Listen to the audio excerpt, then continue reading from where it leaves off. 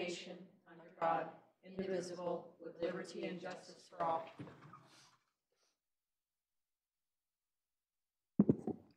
As we gather, we humbly seek blessings upon this meeting. May we act with strength, courage, and will to perform our obligations and duties to our people with justice to all. Let us seek wisdom so we may act in the best interest of our people, neighbors, and country. All this we ask so we may serve our country with fairness and respect, putting their needs before all. Please be seated. Thank you. So roll call, City Clerk. Councilmember Caserta, Davis, Kolstad, Mahan, O'Neill, Here. Watanabe, and Mayor Gilmore. Here. And if I may please read the Statement of Behavioral Standards.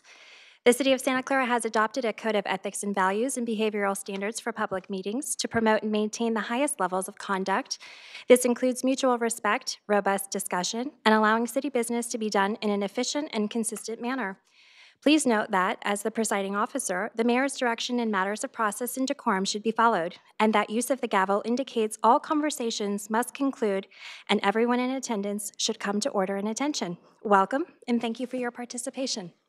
Thank you. Councilmember Mahan, do you have a motion for? To excuse Councilmember Kolstad. So there's a motion and a second.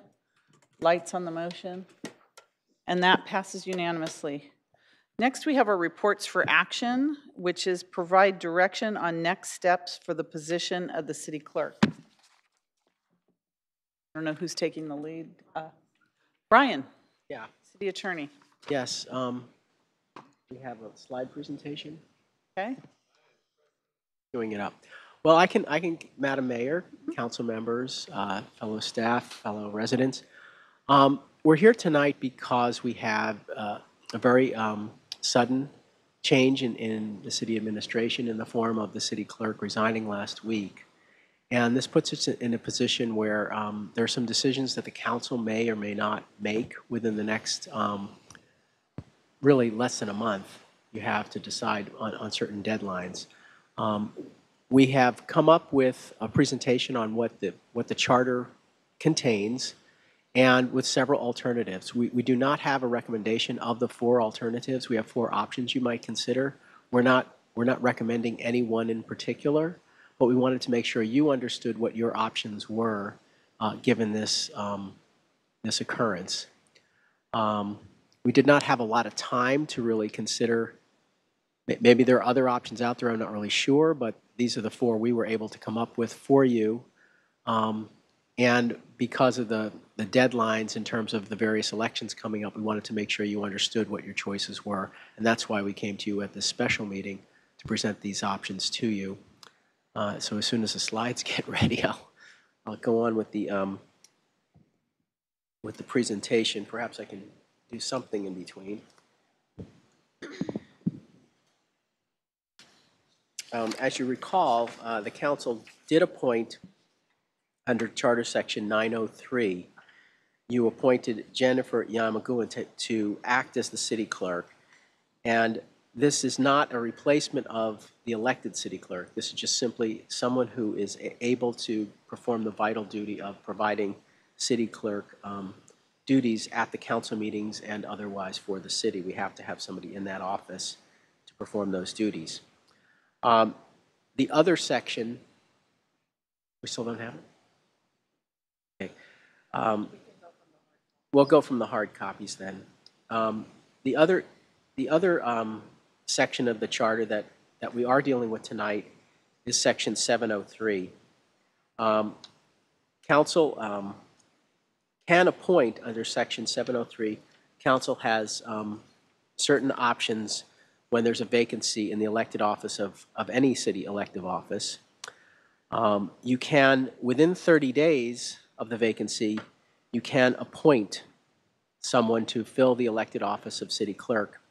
And that person would serve until the next general municipal election can be held. So that would be in November.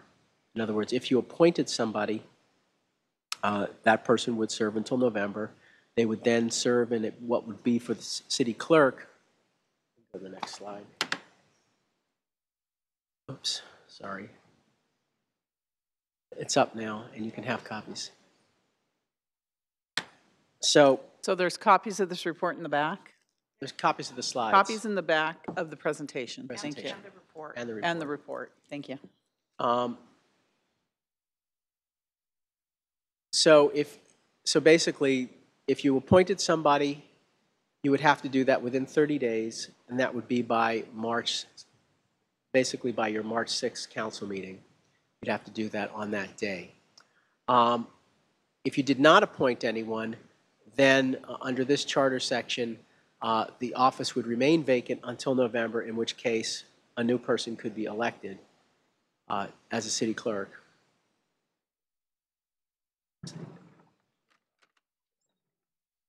I wanted to give you knowledge of what it is the city clerk does, and to provide the public with that as well. These are the professional requirements of a city clerk. The duties include the statutory responsibilities of a professional city clerk, which are municipal elections, records management, ensuring compliance with the Brown Act, ensuring compliance with the Election Code, the Political Reform Act, and the Public Records Act. They provide oversight and implementation of modernized technology. We have a lot of new systems coming in, so it requires familiarity with those new systems. And many city clerks now have technical certifications, such as certified municipal clerk or master's municipal clerk certifications. These are preferred requirements. They're not necessarily statutory requirements for someone to run for office, but this is what we would expect the person who would be elected to such office to be able to do.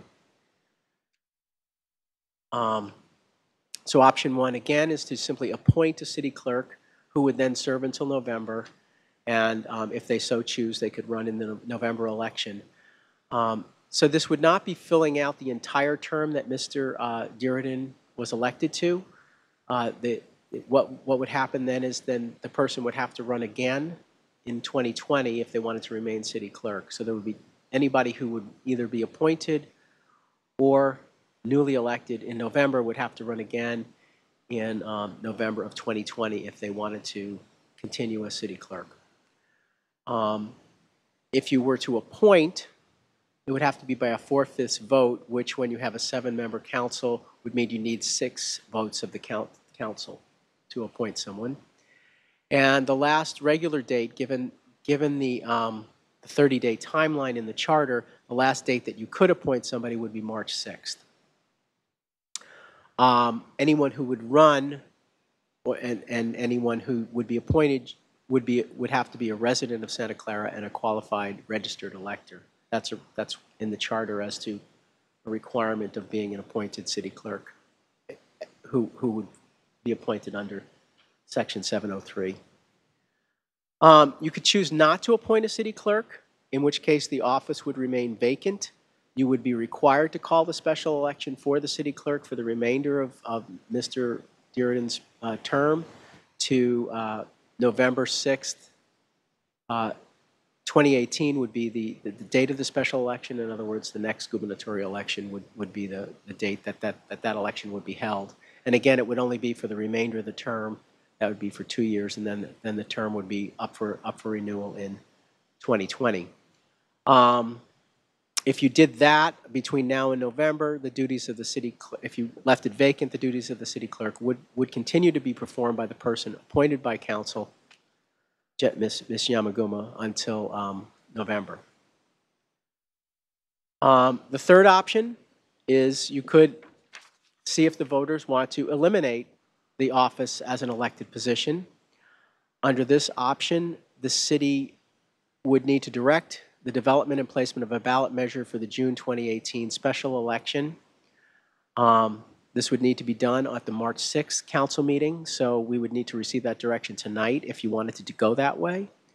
We would need to probably bring back a somewhat revised charter amendment that you already placed on the ballot, because there are sections in that charter amendment that talk about an elected city clerk, and we'd have to make a few revisions to that so that they wouldn't be conflicting. And then it would not, you could also put a charter amendment on any other ballot that would allow for it. However, if you were to do it in November, then you'd have the situation of you'd have a ballot measure eliminating the office at the same time that someone was running for the office. So we would not recommend such a scenario. It just doesn't make a lot of sense.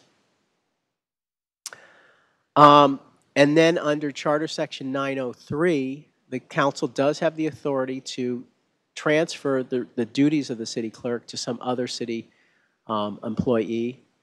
And you could, if you were concerned about maybe not having anyone run, and or someone who was not qualified running, then you could make sure that the duties could be performed by somebody, and then you could leave the elected city clerk position as basically a ceremonial position. And you would also have the latitude, if that's what you decided to do, to reduce the salary of that ceremonial position, such that if they're not really performing any of the main duties of a city clerk, then you could reduce it. So those are your 4 options. Again, we're not recommending any particular option. And so that's really, it's just, if you have any questions, myself and city manager are here to answer them. Okay, I think there's some questions here. Councilmember Caserta? Thank you, Mayor. So just hypothetically, we could keep the acting city clerk if we wanted to, and have an election in November. That would be fine. Absolutely. That's my only question. Thank you. Councilmember Davis? So Brian, I just wanted to know,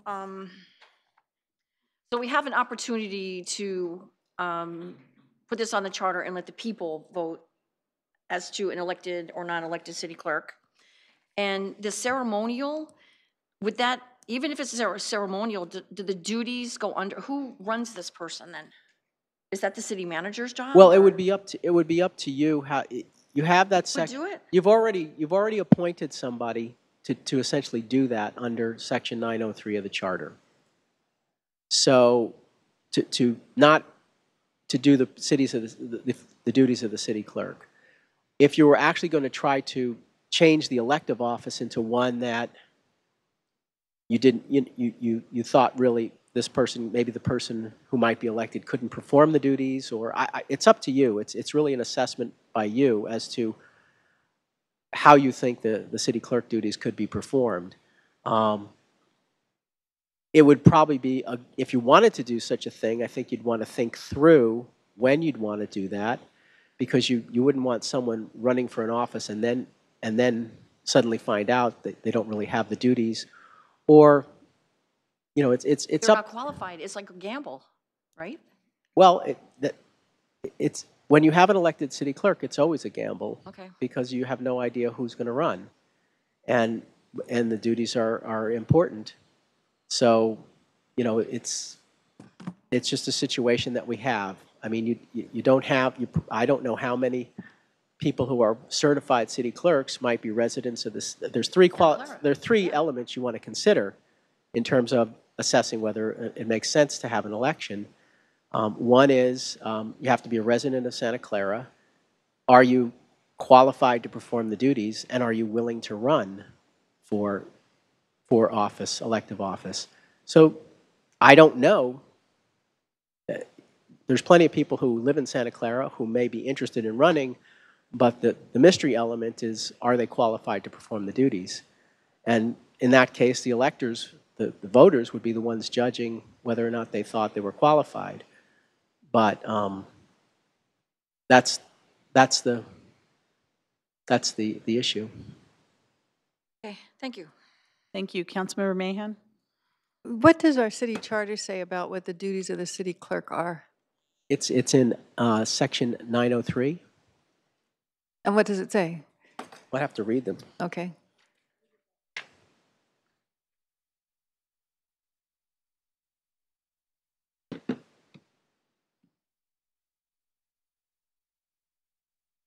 Can I get back to you after I bring it up?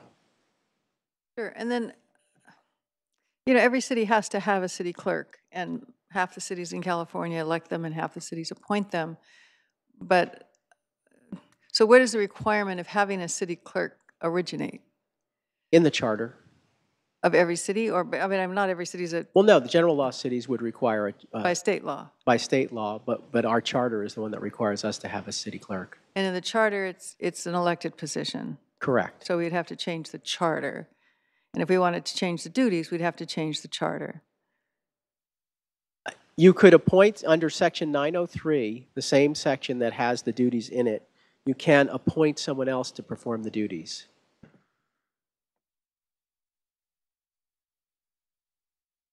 And, okay, but that's not the same as saying we have the power to have an appointed city clerk. No.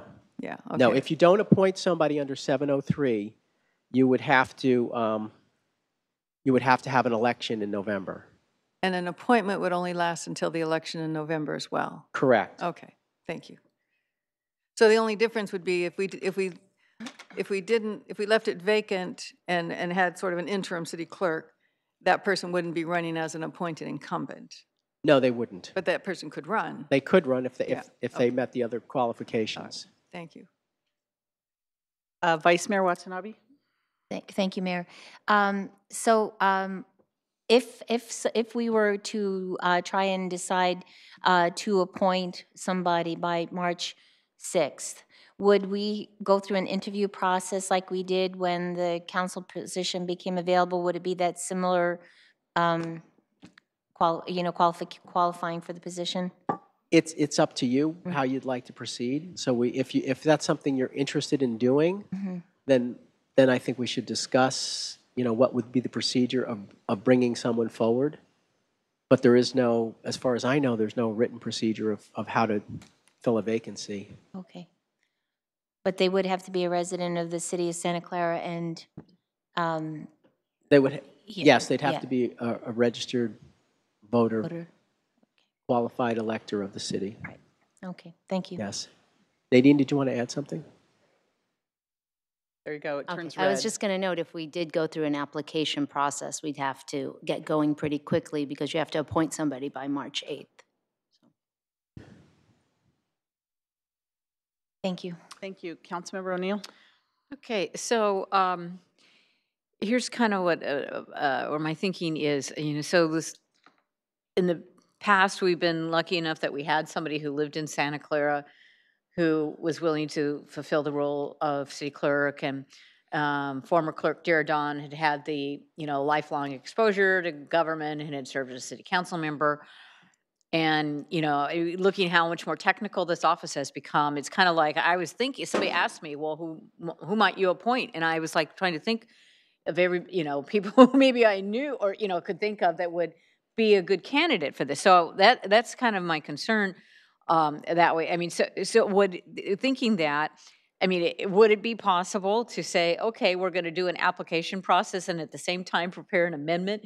And if we don't get any candidates that were really good, we can say, look, hey, this, if people were wanting to be the city clerk, that would be, they'd throw their hat in the ring, and if it kind of proves out that there aren't really viable candidates, that would be an indicator that perhaps it's time to go to an appointed city clerk. I know Councilmember Mahan said half the cities in California have an elected city clerk.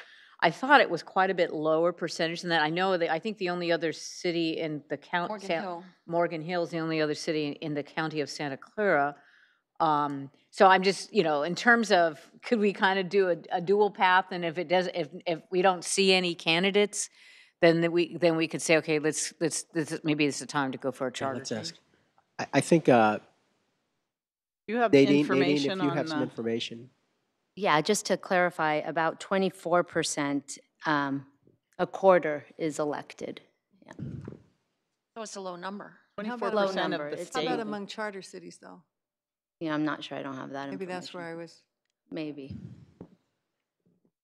Most, But yeah, that's statewide. I don't have that statistic. I think in answering your question as to could you pursue both options and then decide on the 6th, yes, you could. So if you wanted to give us some direction on receiving applications to be appointed to fill the vacancy, and then see what you get, and then decide whether, but then we'd have to bring, as I say, there's a lot of work I need to do to bring the proper resolutions forward for a ballot measure on March 6th. So we could double track it, but it's it's worked for both us and the manager's office. I'm not suggesting we won't. We'll do whatever you like. I guess I'm just concerned that, well, my thought is that I'm just wondering if we're now at a time in the evolution of the city where this is a good time to consider making a change Anarchist is here. with all the new systems implementations and things. And like I said, we've been fortunate in the past, but, this might be a time to, in particularly to recognize the very professional nature of what, city clerk. It's like a specialized field now. I mean, that's an option, and the option of putting it on, if you decide that, if it seems like no one is going to run, you may want to, you could always reserve the ability to put it on the November ballot to remove the elected position. But then you do run the danger that if someone decides to run, then they're running against it's basically someone running versus nobody running. And then, anyway, it's a complicated situation, but this is the way our charters works. So And the timing is so tight. yeah, it's tight. The timing is tight. No matter how you look at it, the timing is tight, and there are some hard decisions that you have to make. Thank you. I'm going to ask my questions and I'll go back around. I know others. I was just wondering if you got Mr. back Reed, to my Councilmember other Reed. question. Yeah, I can go ahead and read that. Oh, yes. I'm Okay, gonna go answer your ahead. question. Okay, so the enumerated powers and duties of the city clerk are to attend all meetings of the city council and be responsible for the recording and maintaining of a full and true record of all the proceedings in books that shall bear appropriate titles and be devoted to such purposes.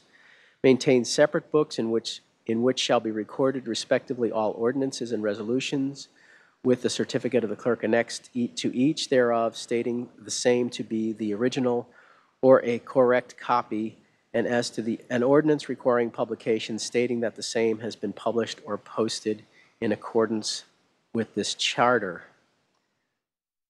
Maintain separate books in which a record shall be made of all written contracts and official bonds. Keep all aforementioned books properly indexed and open to public inspection when not in actual use. Be the custodian of the seal of the city. Administer oaths or affirmations, take affidavits and depositions pertaining to the affairs and business of the city, and certify copies of official records, and have charge of all city elections. And then here's the operative, this is the language that you used last week to appoint Ms. Yamaguma. The council may, in its discretion, appoint any other officer or employee of the city as city clerk and grant such person additional compensation for the performance of such duties. So that's section 903 of our charter. Obviously it was written in a prior century, but it's from the style of the language. But it's just, I mean, these are essentially the same duties that we looked at in terms of the requirements. Okay, thank you. I had a few questions.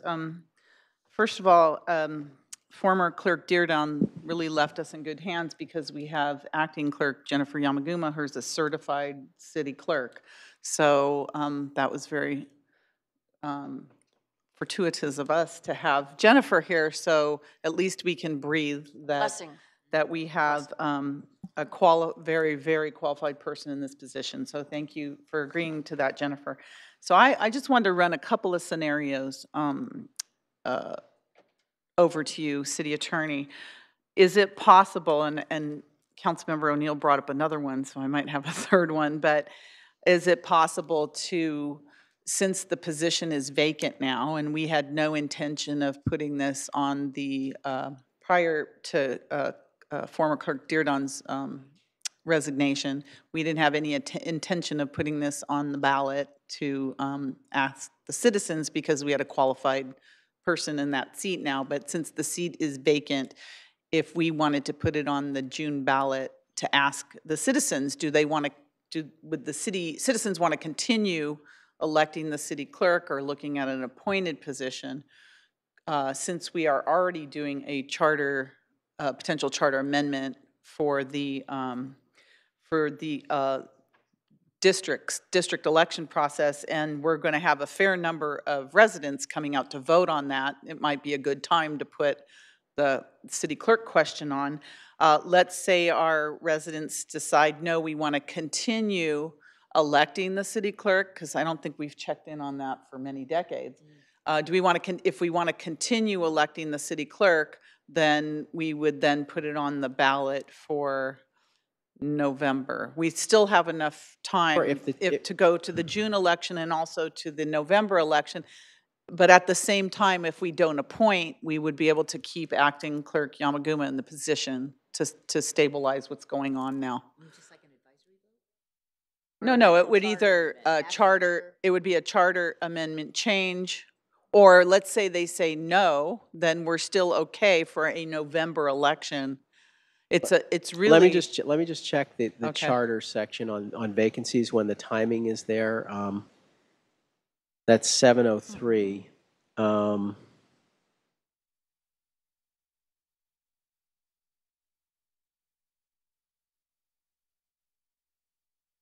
Vacancies. So you would have to, a person. Okay.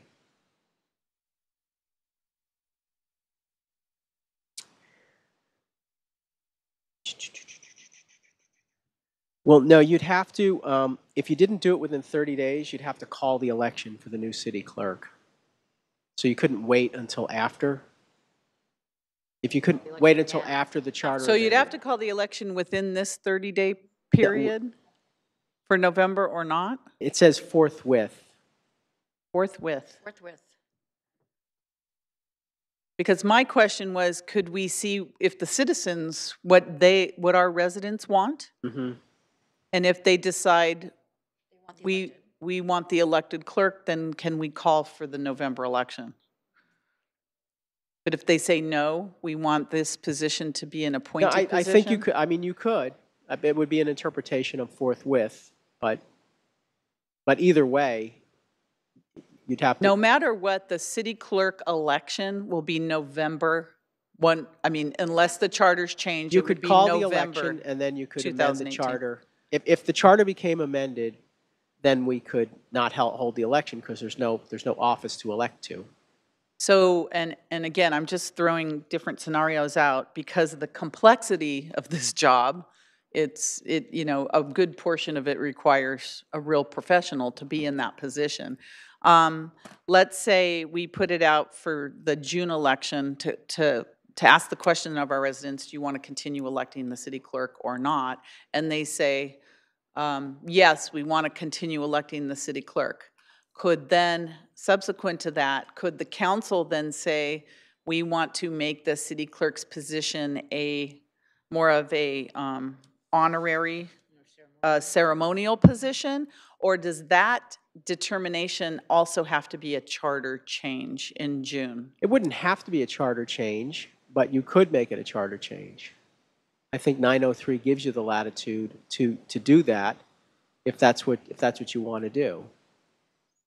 But if you want to make it clear that this new elected, that you're changing the elected position into a ceremonial position, then you could put it into the ballot measure.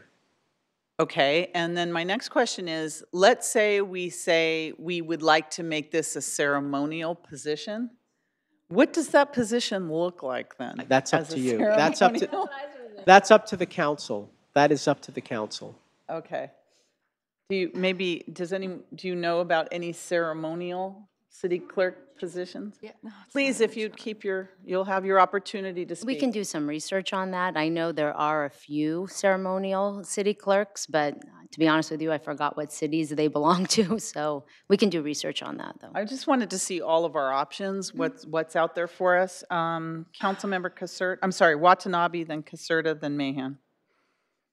Thank you, Mayor. I just wanted to throw out some information. I did some research this afternoon on the cities in the state of California that have city clerks. I guess there's about 530. 414 are appointed, and about 100 are elected. And I just quickly went through the spreadsheet, and about 120 are of those appointed about 120 of those from appointed cities are charter cities. So it's a very small number, actually. But just interestingly enough, looking at the cities around us, Palo Alto, San Jose, Campbell, Milpitas, Fremont, Sunnyvale, Mountain View, Los Altos, Los Gatos, Cupertino, East Palo Alto, Gilroy, and Menlo Park are all, they appoint their city clerks. And so I just found that very interesting information and just wanted to share it. Thank you. Councilmember Caserta. I know we're going to hear from the public in a minute, but since we're making some comments, my point is, and I think some of it's been captured on the dais, I want to do whatever we can to give as much power to the voter on this issue.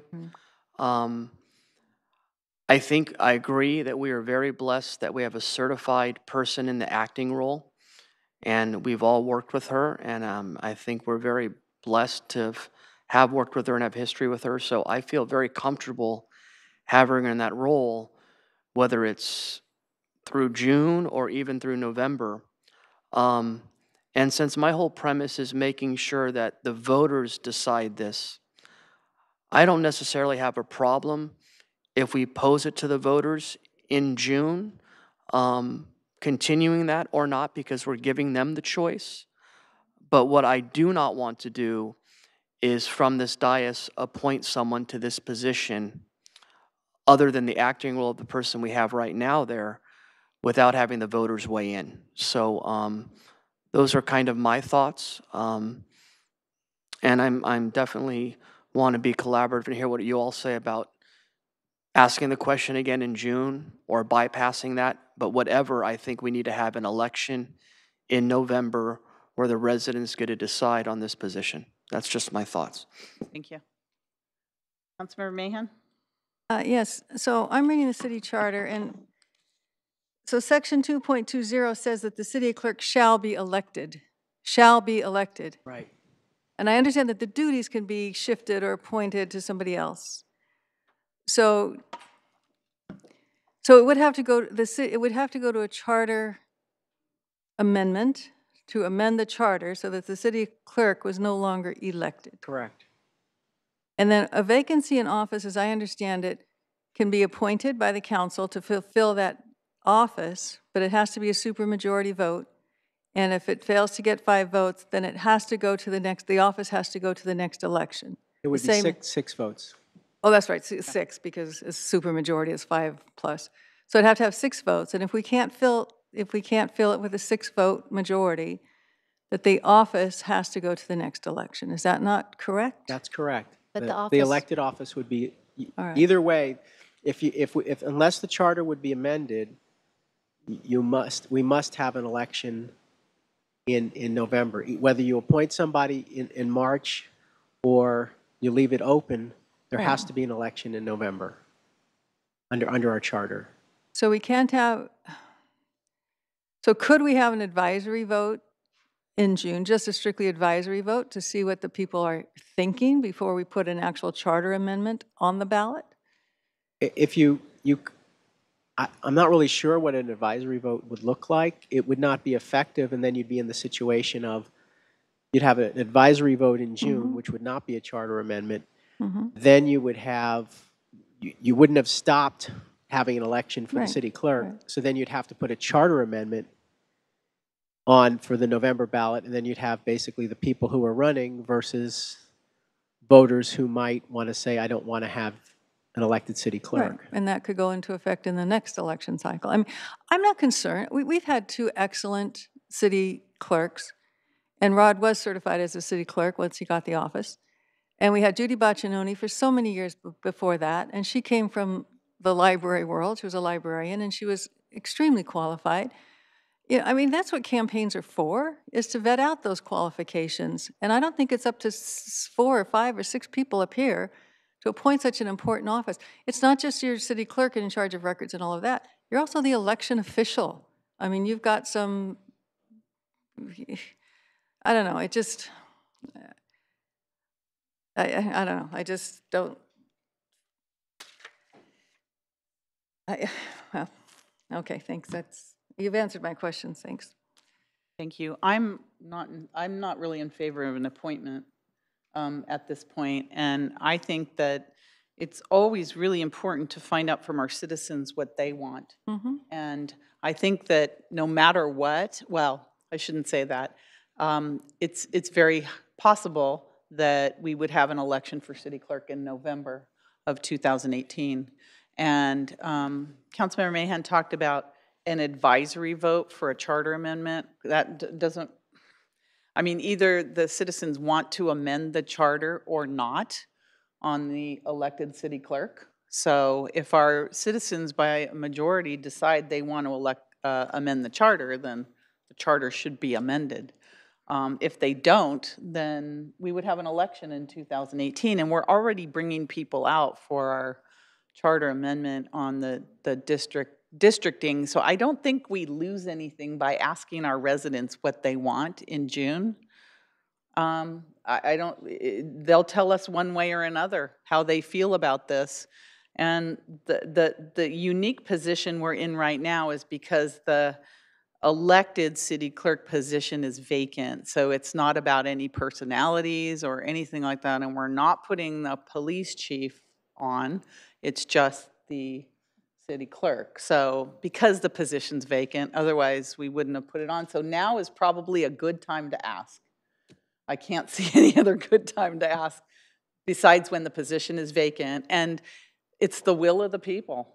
If they want it, great. If they don't, that's fine. We still have, no matter what, if we're going to elect a city clerk, it's going to be in November anyway. So people are already coming. This might drive more people to come to the ballot on in June. So that's just my opinion. Councilmember Davis, and then Vice Mayor Watanabe, and then Councilmember Mahan. I was just going to say, we serve at the will of the people. We're elected. So I think that it's time, we have an opportunity to look at our residents and say, what is it that you want in this position? So I agree with you. I agree with Dominic. I don't think that we should appoint that person. I think that we definitely should, if Jennifer is good till November, per se, that's good for our resources and what we, the people the bodies that we need here. She's moving to Santa Clara, right, Going to Jennifer? Santa Clara, okay. But yeah, I mean, I think it's better that we give our residents the option of deciding and just put it out to them. We have an opening, so let's jump through the hoops here and do it. So those are my thoughts. Vice Mayor Watanabe? Thank you, Mayor. No, I concur. I agree that, we have a wonderful person that can fill the spot in Jennifer until, we decide what we want to do in June. But frankly, I think it's important to put this out to the voters to make the decision. And going forward, just another interesting thing I found that in the appointed, in cities where there's an appointed clerk, I would say the majority of them are selected by the city manager, which made sense to me because the city manager is the person working probably more closely with the city clerk than anybody else. And actually in the city of Sunnyvale, the clerk is also appointed by actually the assistant city manager. So anyway, it's not necessarily, the council that makes that decision. It's actually, in many cases, it's the city manager that makes the decision. So that's another option as well. So I definitely agree with what's been proposed, and that's all I got to say. Thank you. Councilmember Mahan. Do we know what the extra cost to put this on the ballot would be? And what occurs to me, June is a historically very low turnout. But what really occurs to me is we're discussing this here at 6 o'clock at a meeting with a few people in the audience, but not many. And we're going to make this decision now without even having a lot of citizen input on whether or not we should put this on the ballot. I mean, this is such an important question. The city clerk needs to be someone who is neutral, who is not beholden to city council people or even the city manager, in my opinion. It's our election officer. They have to make sure that our elections are untainted by any bias or or anything that would cause them to have a unfair viewpoint. It just seems to me that this is such an important office. We're going to make this decision here in front of very few people, getting very little input from our residents as to whether or not they even want us to spend the money on an election. I would love to see this council chambers filled and to hear from our community first. And what happens to transparency? What about community involvement? We should have this on a regular agenda. I mean, this is a study session, so I'm assuming we can't make a decision here. But at the very least, we should be putting this item on the agenda to get some a priori input from our community to see if they even want it to go on the ballot. Maybe they're very satisfied with having an election. We've had 2 very successful city clerk elections to the extent that these city clerks ran unopposed until they were ready to retire because they both did such wonderful jobs. So I don't have a fear that we're not going to get a qualified city clerk to fill this position. And the qualifications are no less than what's required of a council member to get elected. And yet our citizens, our voters, continually elect fine council members. So I have a lot of faith in our voters, and I don't think we should take that away from them.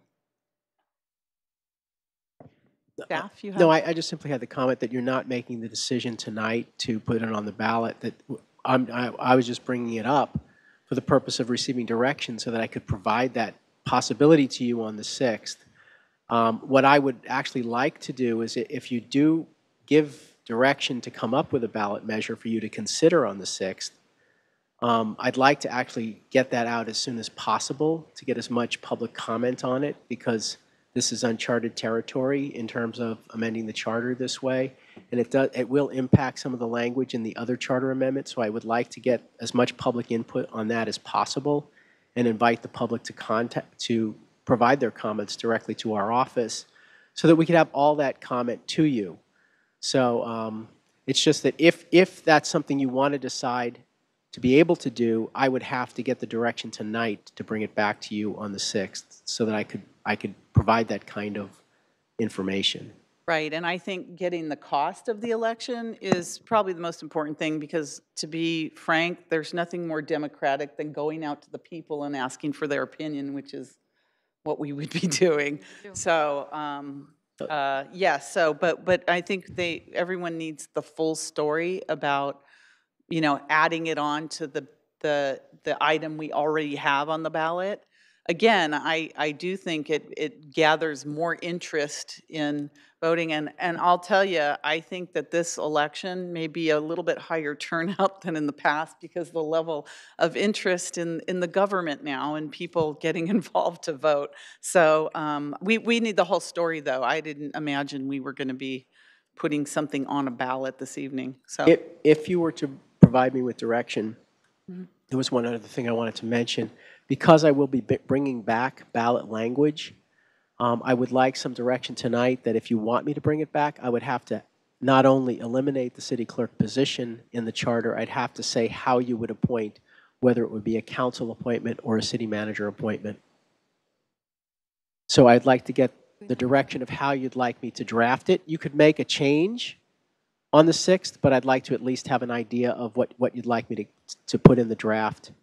But we would have virtually no time after the 6th to put it on the ballot, because we have a very short deadline to get it over to the... or not to give you any more work, but maybe you can give us different options, like council appointment, manager appointment. I could do that in the language and provide alternative language for those 2 alternatives. Okay, thank you. Councilmember O'Neill and then Councilmember Caserta. Thank you. So I know we want to get public input, but we are in a bind here in terms of the time frame.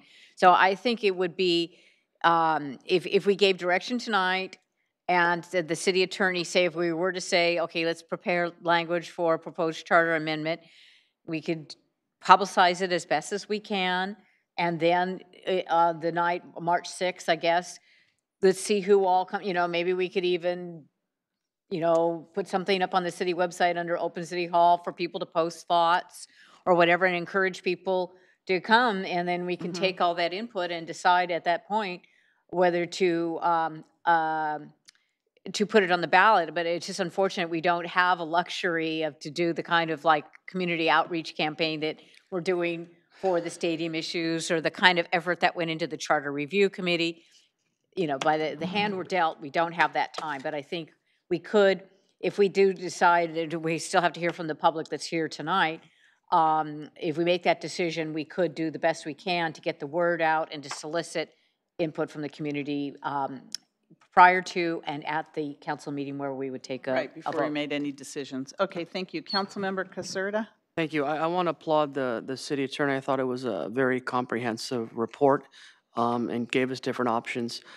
You know, my direction, I don't know if this is, you know, digested by the councils. I think I would like at the 6th an option to give language for the charter review for the citizens to vote. I agree with Mayor Gilmore there, with the intention, yay or nay, in November. But my personal opinion, there's absolutely no way that I want any draft at all that the city clerk is appointed by the city manager's office. I think this position has to be clearly objective as our elections officer. And we, the elected people on this dais, should be able to appoint that as an option, because there are certain people in management that serve at the will of the council. And I think the elections officer has to be as cleanly objective as possible. And if there's any question of that, the buck should stop with the elected people on this dais.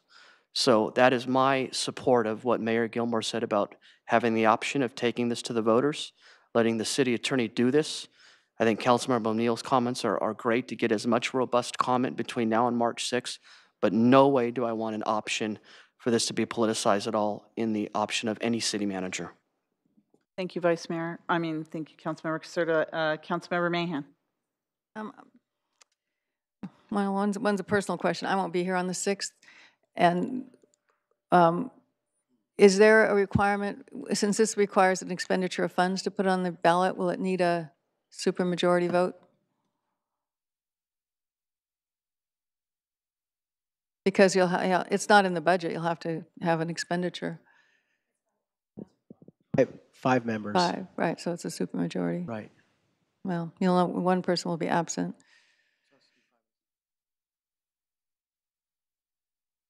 And it can't be done on the 27th. You know, we have to have the resolution in, I think, 88 days. No. Is it March 9th? Is that For 88 the days? June. Okay.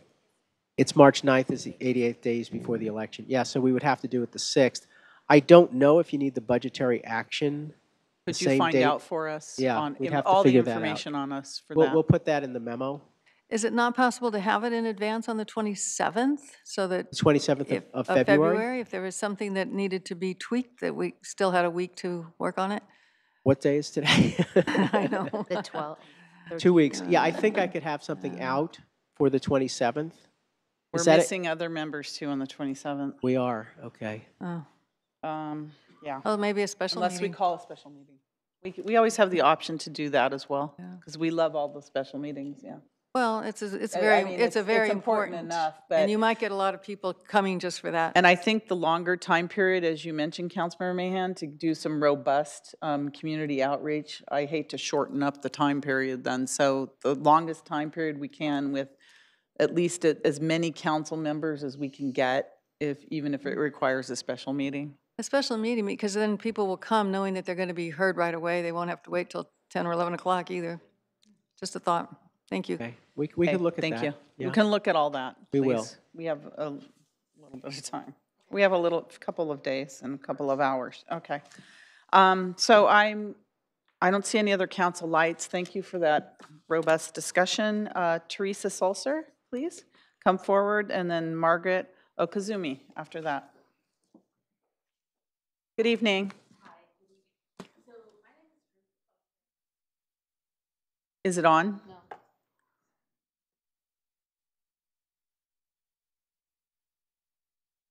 Oh, there you go. Now it's on. Oh, well, it turned off. Now it's on again. I There think go. you just need to There stand go. close to it. Perfect. Thank you. So I was a member of the Charter Review Commission that gave the recommendation about the districting. And at the end of that session, we had a long and robust discussion about the city clerk, chief of police, and I don't remember the other one, whether they should stay as elected positions or be appointed positions. And at the end of our discussion, we had a unanimous, and there's other people here, we had a unanimous agreement that it would make more sense that the city clerk stay as an elected position. There was some prevailing reasons for that, and I don't remember them all. They're possibly in the minutes of the meeting, but I think one of the things that Rod had said was the history of city clerks that are elected, they tend to stay a lot longer than if they're tagged to the city manager as an appointed position. And you get institutional memory going forward when you have those positions being held by one individual for a long time. It helps streamline the processes in the city. Do you guys remember the other things that we came up with? But we did have a robust discussion about it at the Charter Review Committee, and it was a unanimous vote by that committee, and there were other people from the public that attended. So I wanted to give you guys that feedback. And if you decide to open this up to the greater community, it would be really nice if you could go back to the minutes and share what the outgoing city clerk had shared with us. He gave a big presentation on it, and I think that would be very helpful. Thank you. Maybe as part of our packet, could we get also the discussion and minutes of the Charter Review Committee? I know the circumstances have changed since then, but it'd be nice to have the discussion points on not the chief of police, but the city clerk portion of that. Thank you. Thank you for that discussion. Margaret, and then I don't have any other cards after that. If you want to come up and speak, please queue up. Good evening. Good evening. I'm Margaret Okuzumi, and tonight I'm speaking on behalf of Fair Vote. Now, you already have a measure on the ballot that pertains to the city clerk position. We have a concern that you have the potential to if you put on another measure that mentions the city clerk, then it's sort of conflicting, and then there will be a question of which measure takes precedence. We really want to avoid a situation where you have two measures that are pitted against each other, depending on whether or not people are for or against having an elected city clerk. So I think it's really important that you separate, if you choose that you want to put that question on the ballot, that you separate out those questions so that they're not conflated and that you don't have measures that are competing against each other. But we do want to discourage you from putting on a measure pertaining to this at this time. You know, as the pulse of the city, the CRC was unanimous in rejecting the idea. You don't know who's going to step forward to run. You've had a popular incumbent for a number of years now, and so it's hard to predict whether that there may be other good candidates who come out of the woodwork who wouldn't have been apparent before. Lastly, I think the optics of this would be bad under the situation that you're under right now, taking away an elected position and a chance for underrepresented groups to get into office just when ranked choice voting is increasing that possibility should be discouraged. You do have a quarter of California cities that have an elected city clerk, and I think the pulse of the public is that you're getting is that they'd like to have someone who's accountable to the voters in terms of engagement and outreach. Thank you. Thank you. Please come forward. I don't have any other cards. You can just queue up. Good evening. Good evening. My name is Marcus Bracamani, and I was also a member of that Charter Review Committee. And I actually have the motion from the minutes that I want to read to you guys. It says, motion made by Bracamani and seconded by Lodge to maintain the role of city clerk as an elected position. Motion passed unanimously, 12-0. Now, I know all us members on the committee gave a lot of time and effort in every discussion And I feel like if you guys end up going over us and putting a measure on the ballot to convert city clerk into an appointed position, we wasted our time. And what would be the point of the charter review committee at that point? If you guys are just able to do what you guys want to do anyways. And, you know, we discussed this already. We already asked this. And as far as the comments earlier about a city clerk being elected as a is a gamble, isn't any elected position a gamble? I mean, any elected position, we can end up with someone, you know, that doesn't fit the position or isn't as we expected, isn't what we wanted. I think taking away our elected city clerk is not the Santa Clara way. One of the discussions we had in the committee was that Santa Clarans love to elect their officials. It was the same discussion we had for the police chief. We love to elect, we love to vote. We don't want that taken away. And so please, I ask you not to change this, not to put this on the ballot. And if you do, I think another charter review committee should be formed for this very reason. So thank you. Thank you. Evening. Good evening, Madam Mayor. We mentioned that with your indulgence, I might Yes, go go a few ahead. seconds over. So good evening. You were the Madam Mayor. former police chief, so I Well, have to there's respect that. that. I'm afraid of you. There you go. Okay. Good evening. Go ahead. Madam Mayor, council members, city manager, and staff. As mentioned, my name is Steve Lodge, and I'm here to comment on the proposal to change the method by which we select our city clerk. Let me start by reminding you of the outstanding service by our two recent city clerks, Judy Baccinoni and Rod Dearden, both of whom elevated their offices through their integrity and hard work to ensure successful elections. The office is recognized statewide, and as you know, it's an elected, independent position. I was solicited by members of this council to be a member of the 2016 and 2017 Charter Review Committee. Each Charter Review Committee was given the specific issues to explore and make recommendations to the council on changes to the city charter. In fact, it was the 2016 Charter Review Committee that recommended the language on how to fill vacancies in elective offices that has been discussed this evening. The language was adopted by our voters. After looking at some specific issues, each committee was given free rein to examine any other charter section that might need updating or make governance of our city better. In 2016, 17 additional sections of the charter were submitted for review, one of which was to continue whether we're to continue electing our city clerk.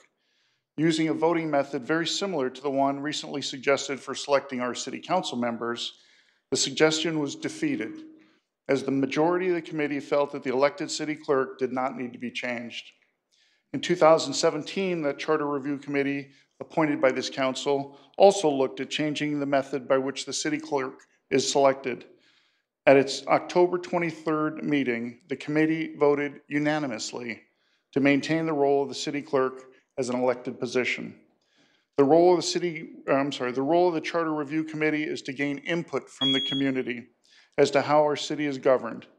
If any council member is tempted to kind of wrap themselves in the cloak of let the voters decide, let me remind you that this question has been asked and answered twice in recent history by a committee that you appointed. So we have checked in with the electorate. Therefore, I ask you to, with respect, I would ask you to respect the work of the Charter Review Committee and reject proposal number 3 that would put the issue on the June ballot. To not do so calls into the question the very validity of having a Charter Review Committee.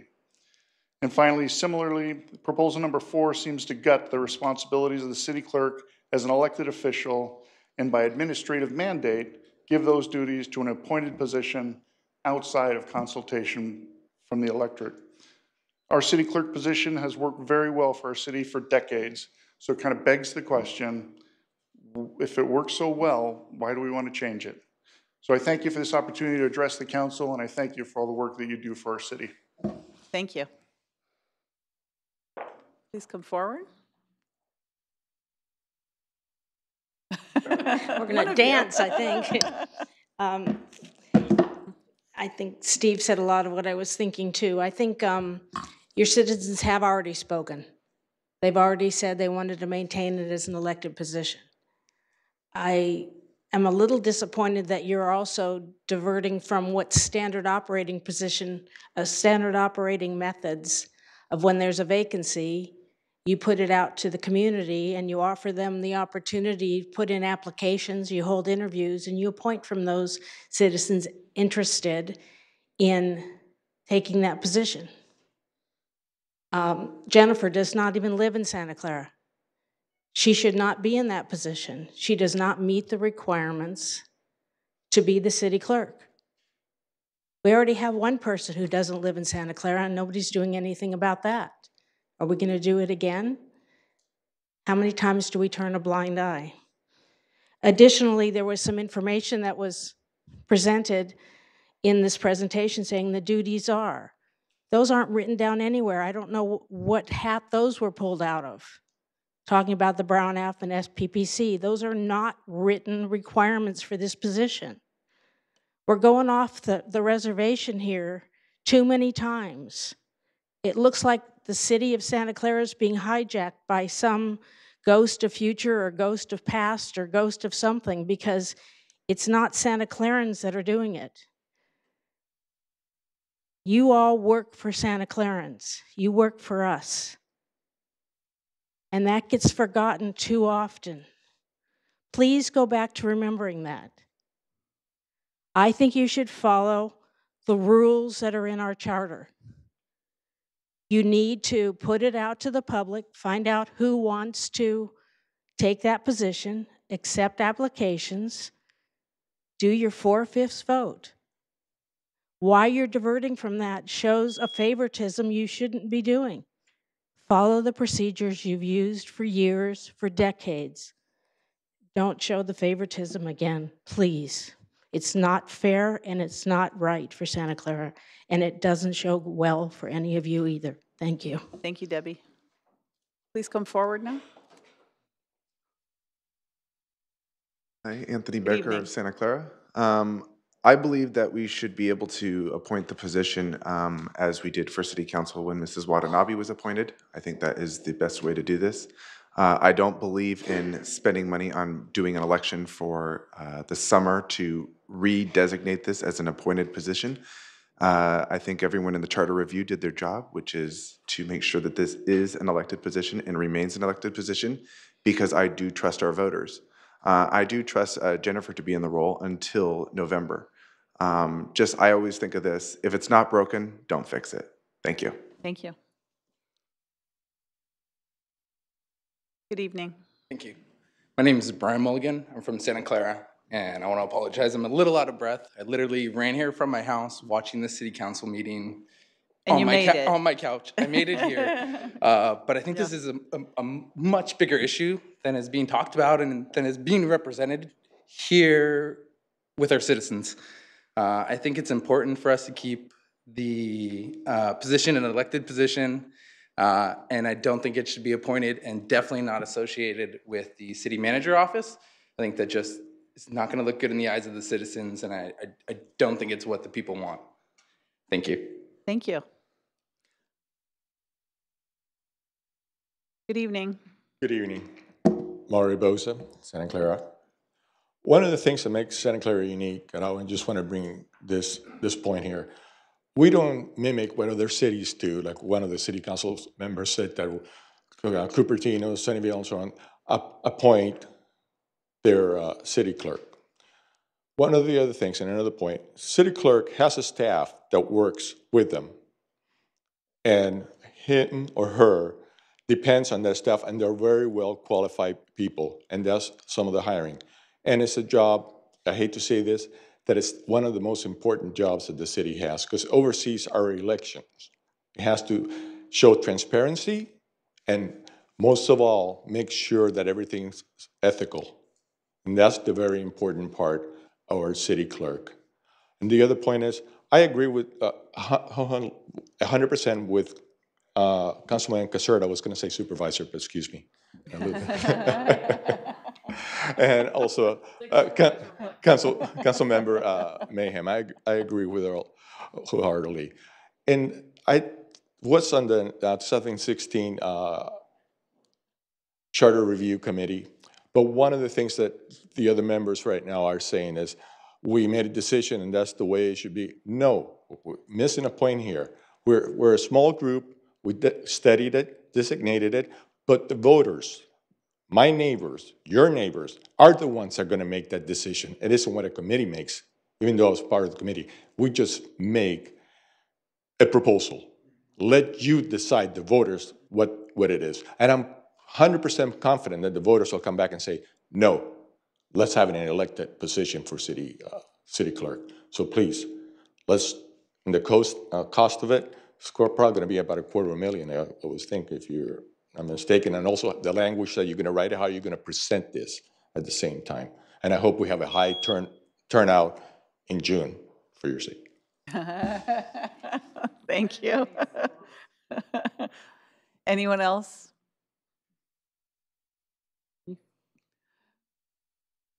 Good evening. I've also been running and trying to catch my breath. I thought this was going to happen at 7 o'clock, sorry. I have 4 points, and I hope I can manage my time. First one real quick. So per the charter, you have 30 days from Rod's resignation to appoint somebody who qualifies for the position. And for the person to qualify the position, they have to actually be able to run for it. So with all due respect to Jennifer, and I like her a lot, but she doesn't actually meet that qualifications for that official appointment, which in this case, you're activating that provision in the charter that someone is appointed by the city manager to do the duties which Jennifer is going to do an amazing job, I have no doubt. But unless you vote as a council, 6 out of you, to appoint a city clerk who would be qualified to run in an actual election, then officially the city clerk's position, or the office of the city clerk, it will remain vacant officially until November. You know, it's something that the charter was very deliberate and smart about in addressing this very scenario, that the city manager could still appoint somebody to do the duties, although the office is officially vacant until November. In 2016, I don't want to belabor the point that was made about the previous charter commissions, but in 2016, which I was on, we didn't want to examine the issue because we were happy with the current system, so we didn't even debate it. We actually voted not to debate it. In 2017, we actually debated it at length, and we voted unanimously that the clerk should remain elected for many, many reasons. And I just want to be very clear that the Charter Review Committee, we're not elected by the people. We are not a decision-making body. So yes, you at the end of the day as a council can go against a recommendation from the Charter Review Committee, but you should look at the committee as, we are a very diverse committee from all parts of the city with all different ethnic, age backgrounds, and political viewpoints, and we did vote unanimously, and so you should see that as a pulse as what the city and the voters would eventually do. 2 more points real quick. Unlike the chief of police, they have actually a qualification that to be able to run for office of sheriff to run. The city clerk in our charter does not have qualification other than they have be a qualified elector or registered voter. So I know that there, do you mind if I go ahead a little and bit? finish. Okay. So I understand that there is worry that whoever wins that election may not be qualified. But so if you look at, if there was a provision in the charter that said the only people who were eligible to run were a certified clerk, there only would be probably just one person eligible in our city to run, and that's Rod. So, but you have to trust that there's a lot of smart people in the city, and maybe it's just that they never decided to run for city clerk because we had such a great city clerk and they didn't want to run against them. So it may be that this time you're going to get a ton of really good candidates, and so just trust the voters. And Rod wasn't certified when he started, so I think we should just trust the voters to do the right thing, pick the right person, and then that person will grow into the role. They'll have the support from the rest of the staff. And then my last point, which is a really important one, which is we are putting a measure on the ballot right now that we are, for all intents and purposes, intending to increase democracy in Santa Clara. If we put another measure on the ballot which removes democracy from Santa Clara, it will confuse the voters, and I really truly fear that we risk torpedoing both of them because voters will just come out and say no to both. And I think that will be a huge detriment to the city of Santa Clara that we torpedoed an amazing charter amendment with going to districts and ranked choice voting because we are trying to change the city clerk position. So sorry I went over time, but I hope you take those into consideration and just keep this city clerk position as an elected position. Thank you. Thank you. Good evening. Good evening. Hi, Tino Silva. I was actually on the 2016 Charter Review Committee, and I chaired the 2017 Charter Review Committee, so maybe I can shed a little bit of light, at least as I recall it, and I'm more than welcome to have any of my colleagues correct me if I'm wrong. When we were talking about the clerk position, it was under a certain set of circumstances. There was an assumption, at least for me, that Rod was going to be there for a very long period of time. In fact, I talked to Rod and he said, I have another 12 years for PERS. So my assumption was that Rod was going to be there for a longer period of time. And so I think folks in the room also had that assumption as well. Well, things have changed. Now, I'm not saying that the Charter Review necessarily would have changed their opinion. Maybe some would have, maybe some would not have. But I also think that there was some concern with City Hall. There was some concern that something was going on behind the scenes and we weren't quite privy to it. And I think people really got uncomfortable with having to make the decision as to whether or not to have the city clerk either voted or appointed. As a Charter Review Committee, we simply make a recommendation based on the information we have at the time. It's at the purview of the council to do with that information as they will. So, I'm not married to the Charter Review's position necessarily, because there's a few things that concern me with what we have to face. The first thing is that there's an assumption that if you put it to the voters in June, that you're taking away the voters' power. Well, in fact, that's not true. What you're doing is you're actually doing exactly what the Charter Review said, which was we don't want to take the power from the people and give it to give it to either a city clerk or a city council to decide who would be the clerk. So I don't necessarily agree that if we put it to the citizens to vote, that you're taking away the democracy. I think you're actually giving them democracy. Number one. Number two, I think there's a large sentiment in Santa Clara.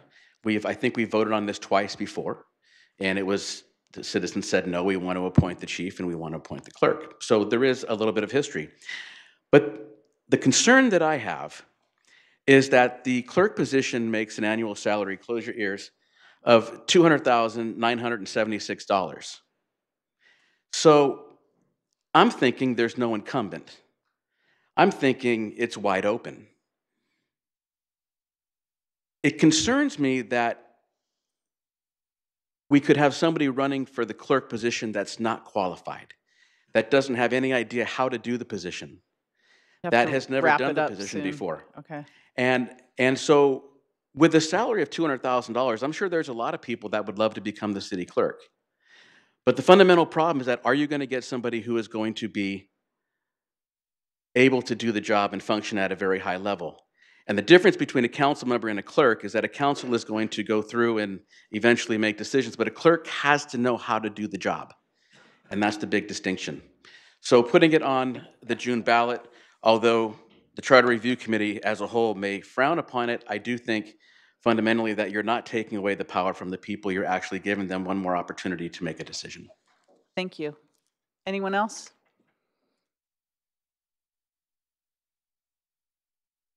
We have people line up if they want to speak, because we are going to have to wrap this up soon and go into our Stadium Authority meeting. Welcome, sir. Understood. Thank you. I'm Kevin Park. I think it's true. We expected the city clerk to be here a little longer, and I never expected the city council to be here as long as a lot of people have been. But it goes back to democracy, which is democracy means more people and more voice, not more voice for fewer people or more power for fewer people. And I think that that's at the basis of why we have elections in the first place. The Charter Review Committee was asked by Mayor Gilmore, I believe, to consider appointments for city clerk and police chief, and the unanimous decision was no. But we've heard this several times. Giving the city council the additional power to appoint goes around the popular process. Just as you've gone over the discussions and the decisions of the Charter Review Committee to hold this special meeting to talk about the things that they've already given recommendations on. And this is my fear. My fear is you can do that with any appointment. Democracy is not about a perfect system. It's about giving people more voice. The city clerk is also an election official, and it seems best to keep that position independent from the people it is intended to help and it is intended to run. That requires transparency that an appointment would muddy. I think that having an appointment, whether it's by the city manager or by city council, would muddy that transparency. Give the people their voice. It would be nice to stop trying to consolidate power with the city council and try to control every committee, commission, and city position that is not staff. Right? The people, there are a lot of people that can't be on a commission just because the city council is the one that appoints it. And I think that this is a problem, and I don't want city clerk or police chief to also follow that. Again, democracy means more people, more voice, not more power for fewer people. Thank you.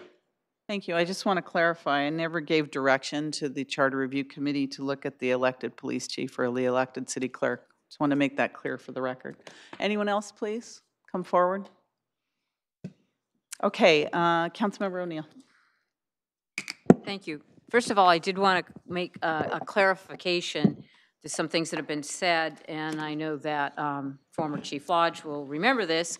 When he retired, we had Kevin Kyle that served this city a long time in our police department, and he served until the next election, and he was not a resident of Santa Clara or even Santa Clara County. So we do have recent precedent for someone, so it's perfectly legitimate that we have Ms. Yamaguma as our city clerk if we follow the precedent of former Chief Kyle's service in this city. So one of the other things that I think that I just want to make, there is a difference between the council members who are basically still part-time, even though a lot of us put in a lot of time, and it's a policy role. It's not a role where we're actually on a day-to-day basis executing an office, and that's where the concept of councilmanic interference plays into it. So we really, we're really wanting to make sure that we have people who have really high qualifications that are in those roles. And, there's been a lot of talk about independence and that, and I kind of think if you have a career official who's not someone who's part of the political process, that you could end up with somebody who's a little bit more, like if you look at like our registrar of voters, that model, that could end up with more, independence than having somebody who's part of the political process themselves. And I also wanted to make point out that I think the council has accepted almost all of the recommendations of the Charter Review Committee, but ultimately, the voters did elect us to make some decisions. So if we've taken 90% of somebody's recommendations, I don't think that, and only put, didn't consider 10 or we decided not to move forward with 10% or something like that, I think that that's a pretty good sign that the council's listening to the work of the committee. But just to unanimously move forward everything, that does not give me any room for any discernment of what I have been asked to do by the voters. So I mean, so I just want to make that clear. So what I would like to do is I would like to make a motion that we direct the city attorney and to use the resources of the staff that work for the city manager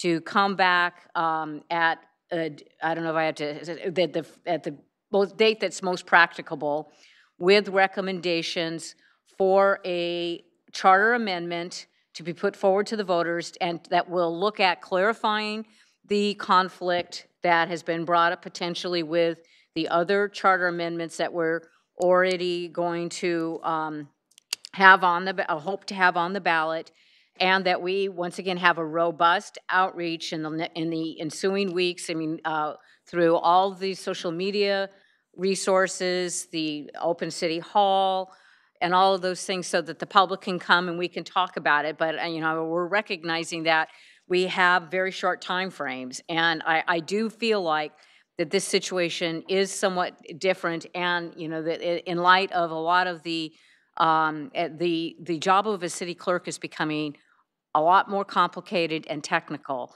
And there was the comment that was made about, not to say that this has happened, but you do face the potential situation where somebody really would not be qualified, and we already have a number of vacancies in our city clerk's office, so we really need somebody who's going to be strong. So, so that we would continue with that outreach, so the council and the community could hear the comments and consider the resolutions that would be brought forward by the city attorney on a charter change to make the city a clerk. And I would propose that it would be an appointed position to the city manager, because that would make it one step removed from the political aspect of it being a council appointment. Okay, a motion and a second. Do you have that, city attorney and city clerk? I will include the alternative language in case there's how it would look if you wanted to have it be appointed by the city council, just for your consideration. Okay, that's fine, to have two alternatives, language for appointment by city council and appointment by the city manager. If they wanted to. So, okay, thank you. There's a motion and a second. Could we also have brought back some information on the last time we voted on the city clerk, the residents voted on the city clerk issue? Just the factual information on, just 19 when? 70? Yeah, we haven't done it. I think we had one since then. No, the chief, but not. I want to say it was in the 80s. But anyways, could you please bring that back as part of the package? Thank you. Councilmember Mahan? Yeah, I'm not supporting this motion. I really feel strongly that this is a reduction in democracy. We've had so many good comments here tonight. Mr. Hagag, your comments were exceptionally eloquent, and I find myself agreeing with every one of them. You might be surprised, but I think I sometimes agree with you philosophically more often than you think. And this is certainly one of those times. We have had our Charter Review Committee look at this in depth, and twice they've decided not to. Every one of them here decided not to. I just don't see how taking an elected position and making it appointed serves this city well. I mean, we're taking away voters' rights. We're changing our charter in a way that that causes me severe concern. I can't support the whole notion. We have an elected city clerk. It's served us well. It will continue to serve us well. I have full faith in our voters that they will elect the right person. And if you don't elect the right person, there are remedies. There's recall. There's the next election. There's a lot of remedies to get somebody who doesn't perform the office out of office. That's what our democracy is all about. Thank you. I'm going to support the motion. I think many people said trust the voters to do the right thing, and I think that's what I would like to do, is put this in the hands of the voters. I think it doesn't get any more democratic than this. I think it's time to weigh in every now and then from the voters to see what we're doing and to make sure we're doing the right thing, and to leave it in the hands of the voters. I know that there's many things that we're doing. Things have changed, and a lot of times I know the Charter Review Committee, and I respect everything they've done, and you've done fabulous work from the city, which was evidenced by the 4 charter changes in the last election that passed by tremendous numbers that are unbelievable. So I think that you really have done the right thing. In this particular case, none of us had imagined that we would lose our incumbent in this position, the gentleman who has been there for so many years, and that many people did trust in this position. So someone said, if it's not broke, don't fix it. We didn't feel like it needed to be fixed at the time. Well, this gentleman has resigned, and now we have a vacant position, and I see absolutely no harm in going back to the public and asking the public, what do you want to see us do? And then we respect the rights of the voters. Again, I don't think it gets any more democratic than this.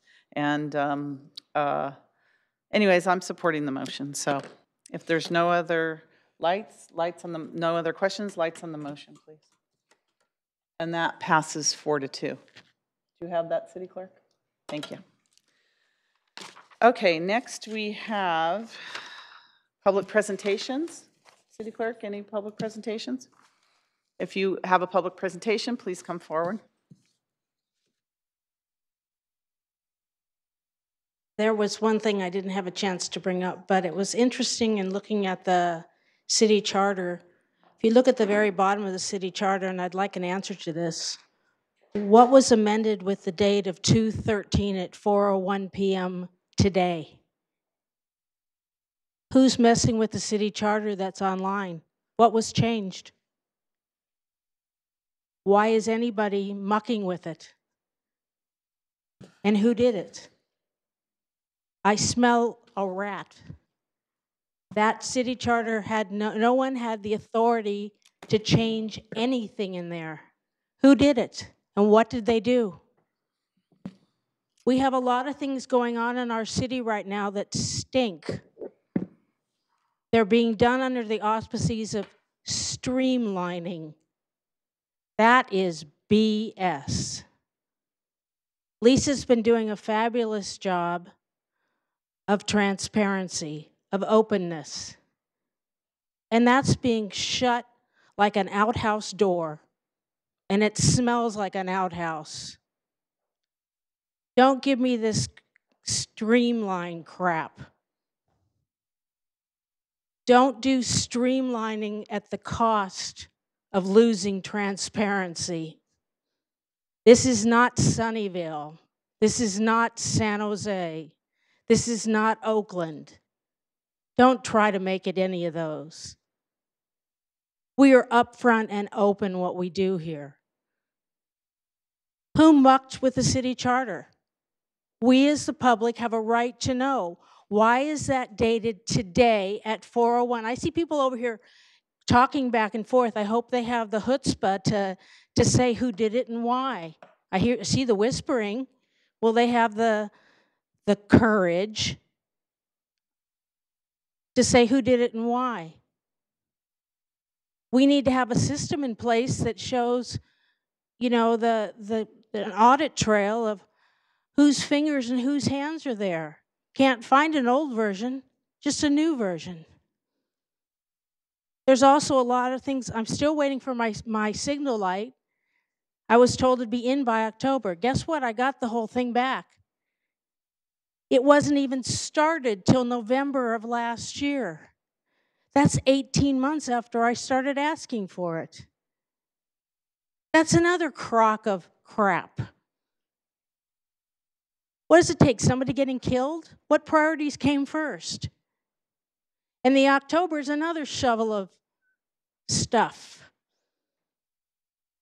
Because the October is, they think they'll have a bid out in October. That's not installed. How does the community get things done? Thank you, Debbie. Where are we the priority? Thank you. Thank you. I would imagine the city charter has not been changed. City attorney?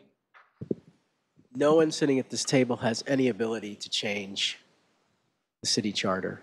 And if somehow something appeared online with some dates in it, I have no idea how that happened. I have no control over that. The charter is published by an independent company, and if they made a publishing mistake and inserted a date somewhere, I can assure you that the city charter has not been changed. Thank you, city attorney. All right, any other public presentations? Seeing none. Let's see, reports of action taken in closed session. Do we have any reports, city attorney? No reportable actions? All right, then that moves us to our adjournment. Is there a motion to adjourn? So moved. Second. Motion second to adjourn. Lights on the motion. And the meeting's adjourned. Council, would you like a 5-minute break or go straight into Stadium Authority? We're okay? Everyone okay? Staff? All right. So I'm going to go ahead and call the Santa Clara Stadium Authority meeting to order. Have roll call, please. Board Member Caserta, Davis. Here. Kolstad. Mahan. O'Neill. Here. Watanabe. And Chairperson Gilmore. Here. And may I please read the AB 23 announcement that members of the Santa Clara Stadium Authority are entitled to receive $30 for each attended meeting. Thank you. Is there a motion to excuse Authority Member Kolstad? Motion to excuse. Motion second. Lights on the motion. And that passes unanimously. Seeing no approval of minutes. Any continuances, exceptions? Executive Director, do you have anything? Okay. Public presentations? Any cards on public? Any member of the public like to speak on any Stadium Authority item not on the agenda? All right, seeing none. Unfinished business? None. So we'll go straight into our new business. And our first order of business is an informational report, update on the community engagement efforts for issues related to Levi Stadium, a work plan for focus groups, interviews, community meetings, and online platforms. Welcome. Thank you. Good evening, board members, Executive Director Santana, members of the public. My name is Ross Militich. I am an associate with Lou Edwards Group, working with Catherine Lou and the rest of the organization on the community outreach and engagement for the Levi Stadium project. It's good to be back in the city of Santa Clara, and we're happy to report back to you this evening regarding some of the specific PDC community engagement aspects of this project. We have Dr. Sean Spano here to run through a brief presentation about the community engagement aspects of the project. And after he has concluded with his presentation, we would be more than happy to answer any questions from board members or members of the public. Thank you very much. Thank you. Dr. Thank Spano. you. Good evening, board members. Pleased to be here again, and I'll give you an update. From 2 weeks ago, I talked generally about the community engagement side of the project with some tentative groups and dates, and we've made quite a few advances over the last couple weeks, and so I'll bring you up to speed on the schedule and groups that we'll be talking to. I want to start out with reminding you some of the principles that we work from in terms of how we do community engagement, those of us in the Public Dialogue Consortium. Our focus is on inquiry and exploration, no predetermined outcomes. We are utilizing multiple methods of engagement. We have evolving content and questions. So I'll share our initial set of questions with you generally, and then as the project unfolds and we collect more data, we evolve the questions and content to be more specific. And then we're also very excited to be able to have results from the public opinion poll that can also inform our questions and content. And then we embrace and manage differences. So we are not afraid of differences. We want to actually surface differences in the community, but we want to surface differences in the community while also seeking common ground. So with those principles in mind, let me move us forward. We, as I mentioned on January 30th to you, we are utilizing 4 methods of engagement. We have focus groups, community interviews, sort of person on the street interviews. We'll have community meetings, 3 community meetings, and then we also have an online platform. The initial content and questions. So we're starting off very broad with our questions, and we'll be utilizing these in our community interviews and our initial focus groups, and also on the online platform. So we're going to be asking, and they'll be a little bit more specific, but just to give you the flavor of the questions, what people like about having the stadium in Santa Clara, the benefits that they see. And then we're also going to be asking about concerns people have about the stadium, issues that are important to them. And again, we want to surface all the various views and perspectives in the community, and setting up a broad range of questions this way enables us to do that. Obviously, with community engagement, we have the benefit of follow-up questions on everything except the online platform. So that's very helpful for us as we dig deeper into why they see these as the stadium as having these benefits. What are those concerns? What's behind those concerns? So those follow-up probes are really important. And then we're also collecting demographic information, just a little bit of demographic information, but one of the key pieces that we will collect are zip codes. Moving forward into the focus groups, we'll have a couple different kinds of focus groups. One focus group is what we're calling engaged community members, and so these are people who have spoken out publicly about the stadium, representing all different views.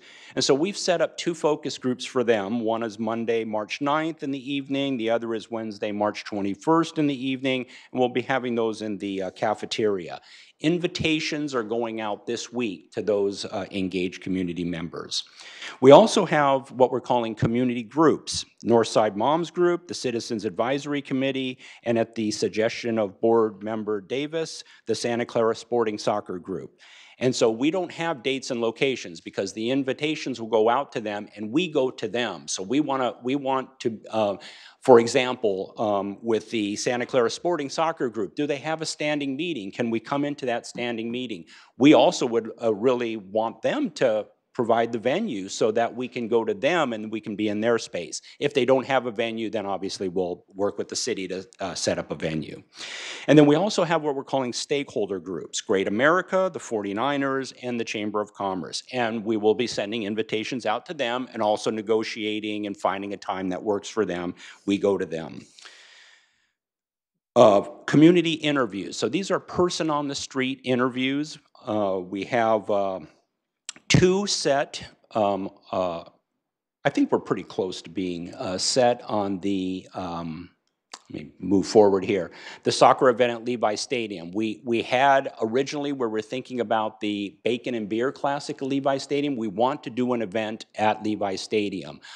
So we've changed that to the soccer event at Levi Stadium, and that's going to be on March 23rd. So myself and 5 or 6 of us in the PDC will be there with clipboards with our questions and a little name tag, and we'll be asking people to provide input.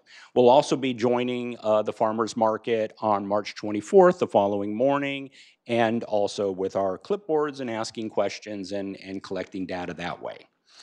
We have 3 community meetings set. Time, locations have all been confirmed. Thursday, April 26th, will be at Central Park Library. That's in the evening. We'll have the Community Recreation Center on April 28th, and that will be a Saturday in the morning, and then a Wednesday evening at the Northside Branch Library. And as I mentioned on January 30th, and what I want to reiterate today to the board and also to the public, these community meetings are working sessions. There'll be some large group presentation, but there'll be small groups, facilitated small groups. And it's not the kind of public meeting where you come and get 2 minutes or 3 minutes at a microphone. So we're going to be very clear in advertising. You're going to be joining others, and at that point in the project, you'll see the dates on there, the end of April and into May. We anticipate having more direct questions based on the prior data that we collect. So we really want people to come and be ready to express their views, of course, but also listen and collaborate with others as we do some problem solving, assessing trade-offs, what people can live with, what they can't live with. So we really expect a deep conversation at those community meetings, and that's why they're coming towards the end of the project here. We also see May 9th is the last day, right, that we will be collecting community engagement data, and then after that we move into full analysis mode, and then working with the Lou Edwards group to develop a report and policy recommendations. The online platform is now available, and it is up and running. There is the URL, which tags onto the city website, into your Peak Democracy platform, and that too will be available until May 9th. The initial content on the platform are the big broad questions about benefits and concerns around the stadium. We anticipate, again, as the project unfolds, that we will have evolving content and questions and change that as we collect more data.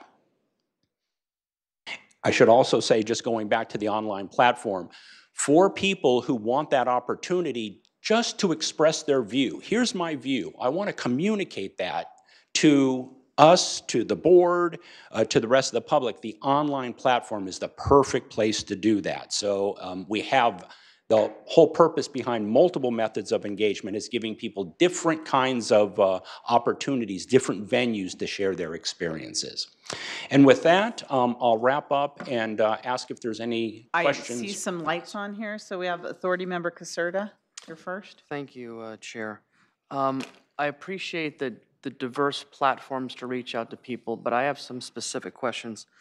On the initial content and questions, you're going to ask open-ended questions, but you're not going to create a category and list of things that people can address. Normally you see in a poll different categories. Can you clarify?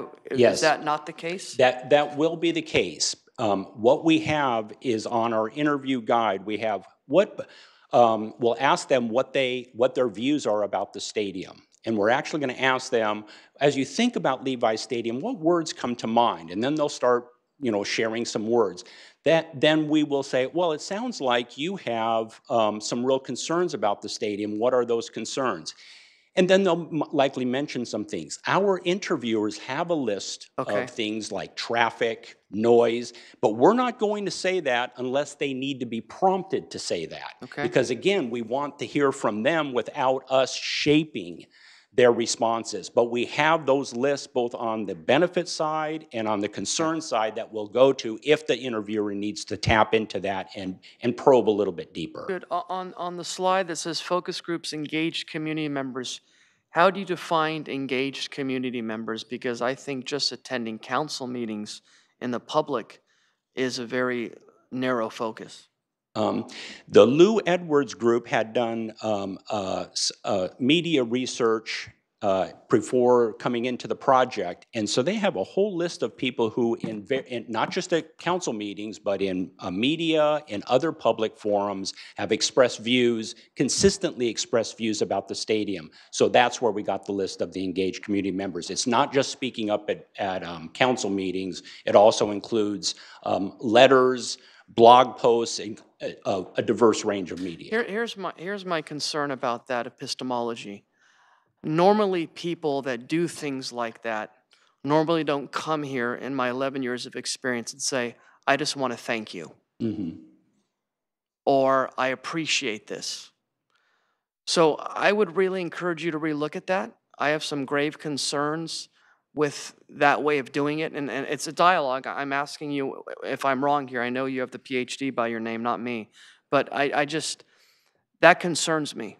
So can you address that concern that I have? Those engaged community members are going to represent a range of different views. It's not just people who are either on one side or the other. So those are going to be mixed groups, and I see Ross standing up and might want to add But again, something. I don't mean to push back, but my experience is if their criteria is attending council meetings or giving comments to media and blogs, etc., that overwhelmingly is a certain viewpoint that I don't know is necessarily reflective of a silent majority. So can you address that? Well, we have those two focus groups. We have the community interviews. And so again, that's one venue to collect that information from people who have expressed views publicly, but we're also tapping into others, including the community interviews, community meetings, who really haven't. Maybe they haven't said anything publicly. This will be their first opportunity to do that. So we're trying to capture a range of perspectives, including people who have not. Maybe they haven't really even thought that much about the stadium, and this will be their first opportunity to even provide some input. So, but again, I don't want to be fencing with you, but on this category of engaged community members, from what you told me, it's not going to be someone that has been silent on the issue. No. Yes, by definition, they have not been silent on the issue. Okay, because you just said a moment ago it might be people that have not expressed. No, I'm sorry. Might not have stated that as clearly. When we're doing the community interviews, we might be tapping into people who haven't expressed views, haven't really even thought about it, including, and that would include people if they want to come to the community meeting. They do not have to have any sort of public record of having expressed any views at all.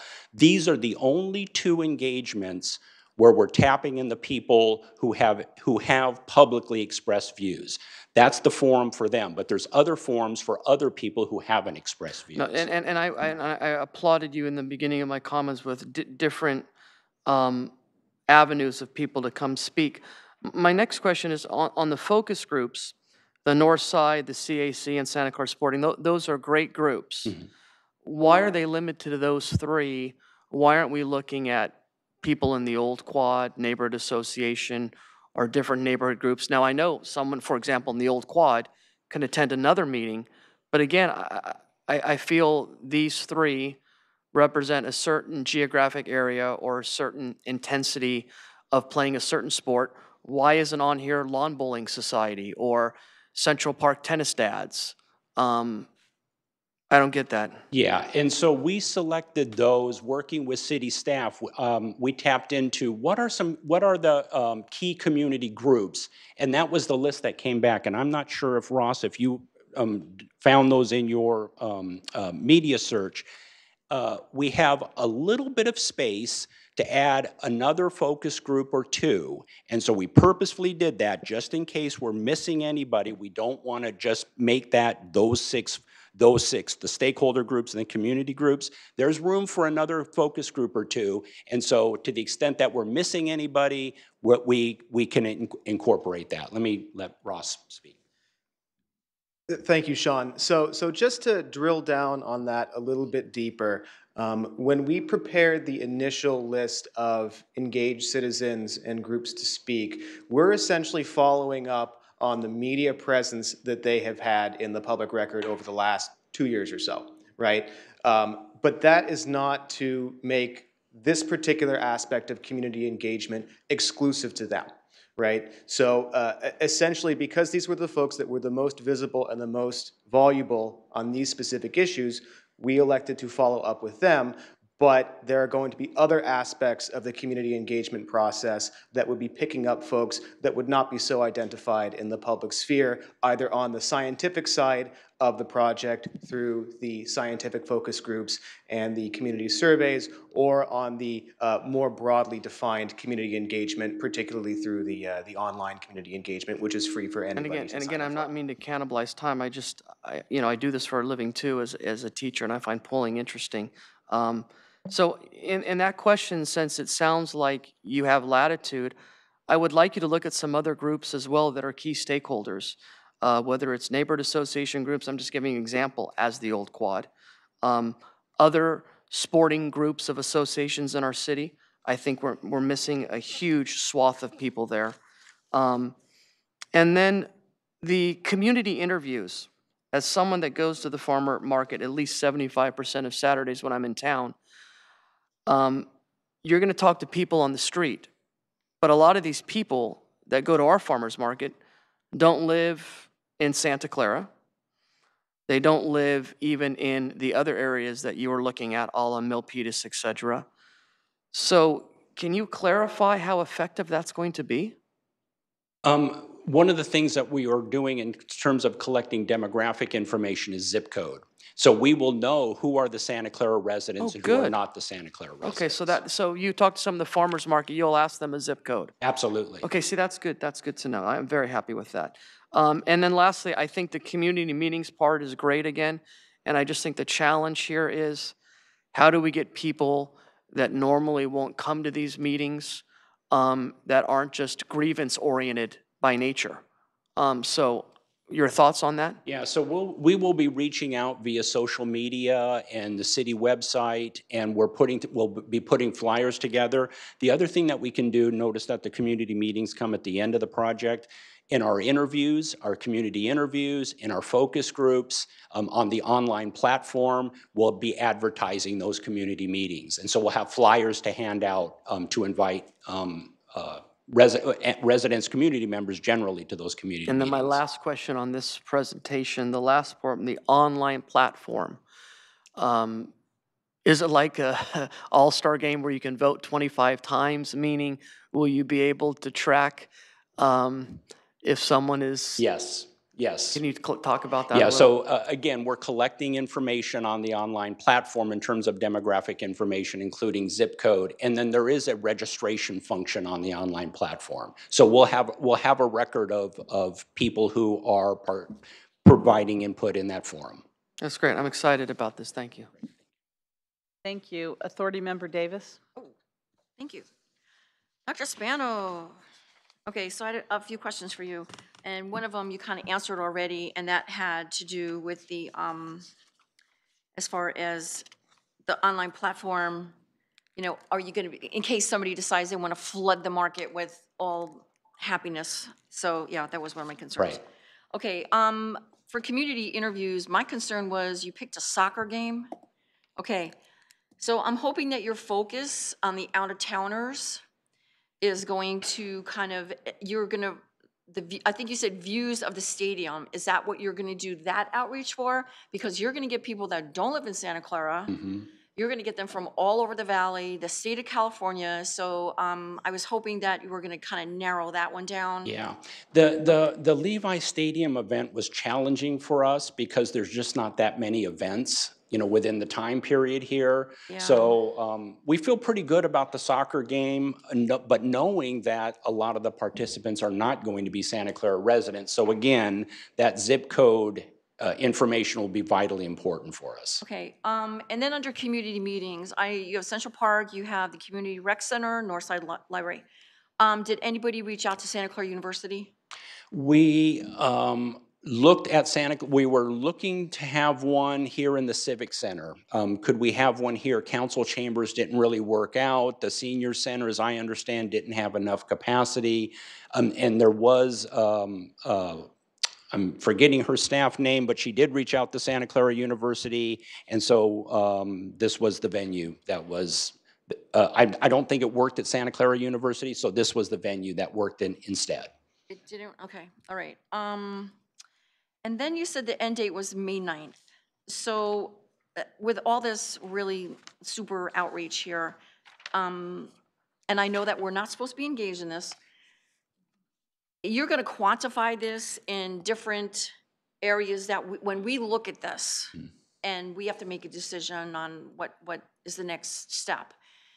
How are you breaking this down? Like, I know, well, I don't know. Can you tell me that? Yeah. Can you tell me? Okay, Yes. So what we won't be doing is we won't be quantifying. Because You're not quantifying. What that is for the Lou Edwards Group and EMC, Okay. because they're doing the scientific poll. What we will find, our report will include are themes that we hear.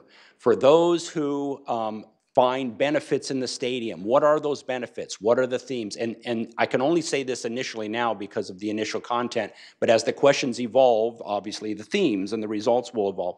But in the same thing around concerns. What are those themes around concerns? And not just I have a concern around traffic, but because it's engagement and we get the follow-up questions, what's underneath that? What is it about traffic that's a concern? And so that will be part of the report is to identify what those concerns and benefits are, and then also to go deeper into that. And just one other question. I didn't put that up there, and those are that's the initial content and questions. There's also some follow-up questions asking those who see benefits, how do you address those community members who have concerns? Let's say you have concerns. How do you address those community members who see benefits?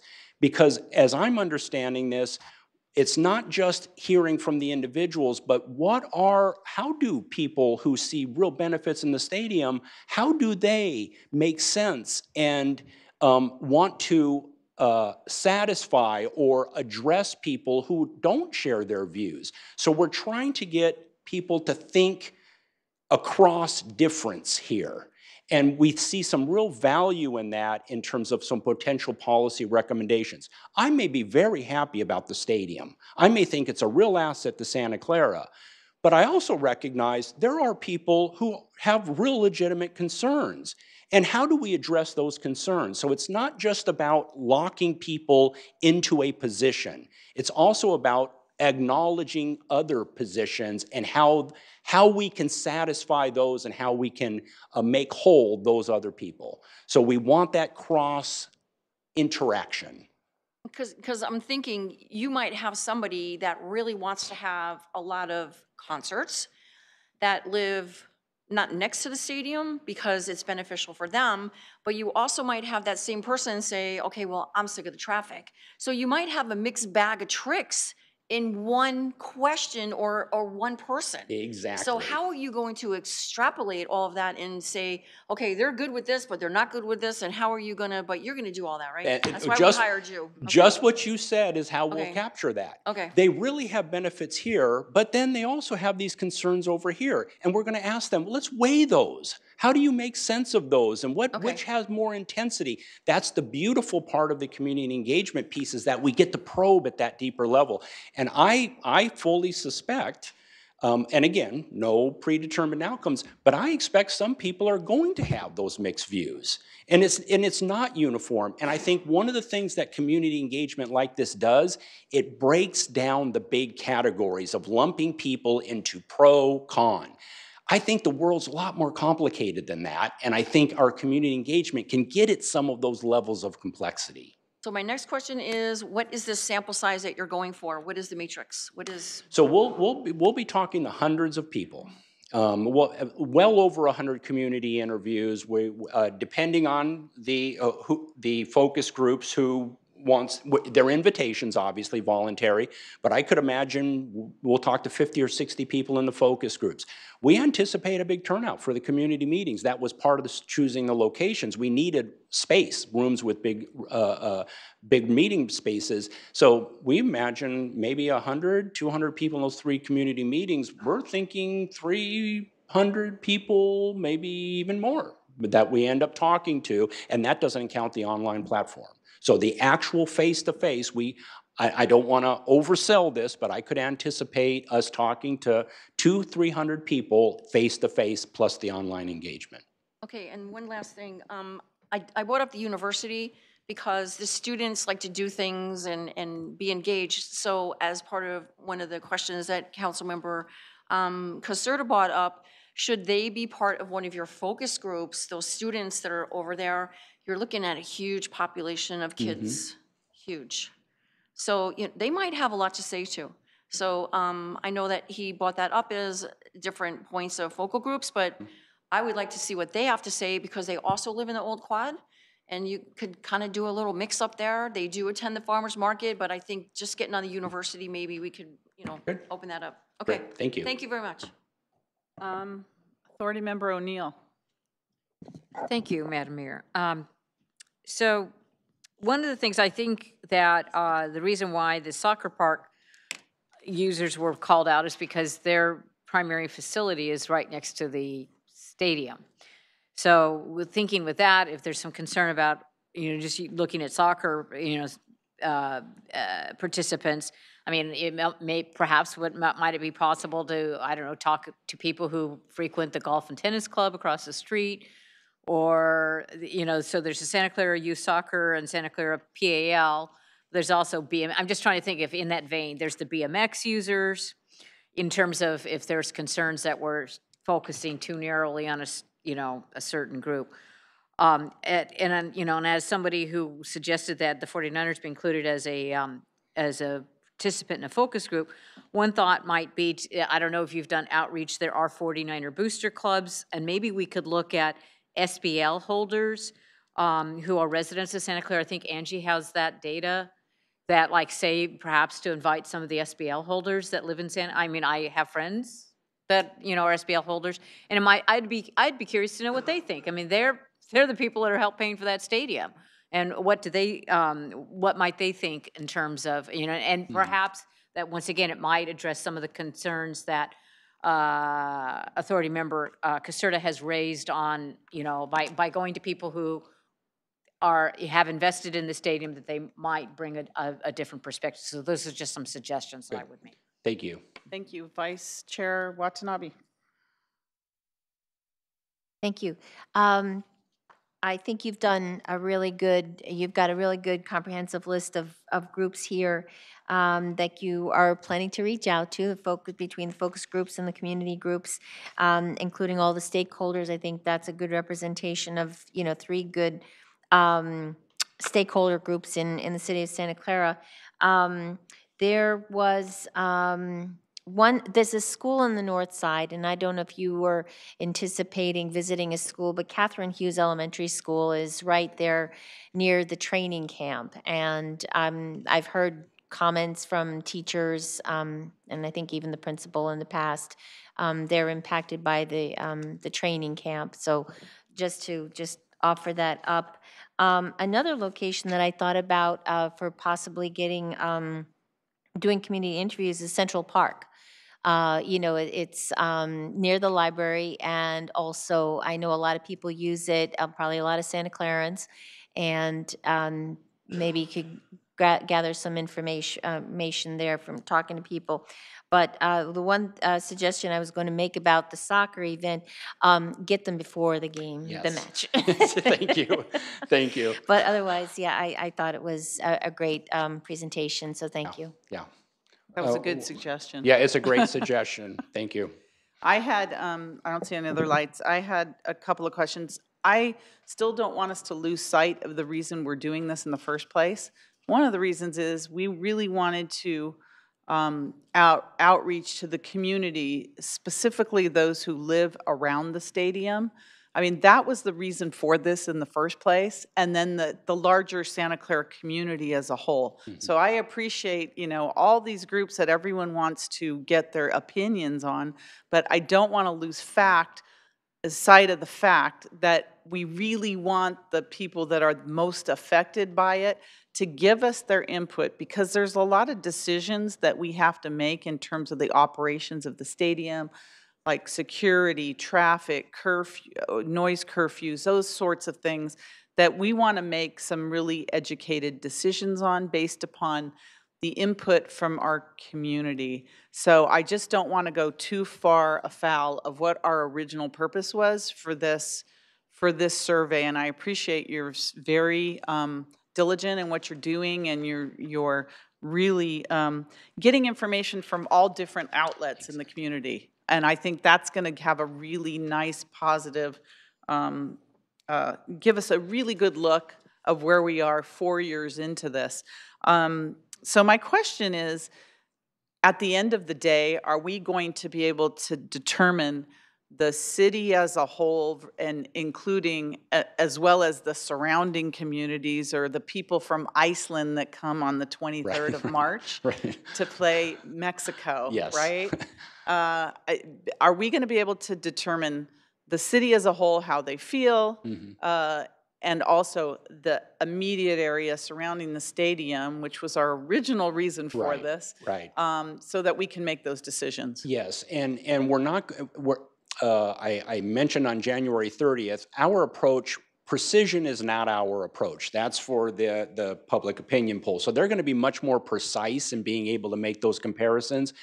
In a less precise way, but nevertheless meaningful, we will be able to make comparisons because we know who we're talking to and where they're geographically located, and we can make those less scientific comparisons between the near neighbors and the rest of the city. So that will also be part of our report. Because I live on the south side of town and work in the old quad area of town, and if there's something going on at the stadium, it doesn't affect me at all. So certainly my opinion is going to be very different from, you know, those that live adjacent to the stadium. And just one point, I remember my interviews with you, almost all of you wanted to have a comparison. At the end of the day, can we have a comparison between those who live close to the stadium and the city-wide? And so we've taken that to heart in making sure that we build that into our process. Because that's going to be part of our work plan in terms of what are we doing right, what are we doing wrong, at least the things that are in our control as the city, and how can we, you know, make changes based upon, you know, some actual data-driven decisions. And right. Board Chair Gilmore, if I can add to what Sean just said, as we described in our original scope for this project, the ultimate goal here is to have a synthesis of the scientific and the non-scientific approaches towards gathering constituent data. So the idea is, at the end of the day, once we present the final work product and the final report for this particular project, you will be able to know with a high level of scientific certainty which particular policy areas are most salient among people in the community as a whole and around the near stadium neighbors in particular, as well as knowing some particular policy avenues that we've gathered from the community engagement approach that can kind of color in what your residents would like to see happen with respect to these issues. And we can use this as a basis for the future, so periodically we will be able to test where we are. Absolutely. As we, you know, maybe make changes or amendments to what we're currently doing. And With this synthetic approach of the scientific and non-scientific data gathering, we anticipate, to put it bluntly, that you're going to have a much better idea in terms of polling, what your residents think, than any other poll is normally conducted in the state of California. Not out loud. Okay, very good. Thank you very much. All right. Is there anything else in the presentation? If No, not, I'm done. okay, thank you. Is there any member of the public wanting to say anything on this issue? Please come forward.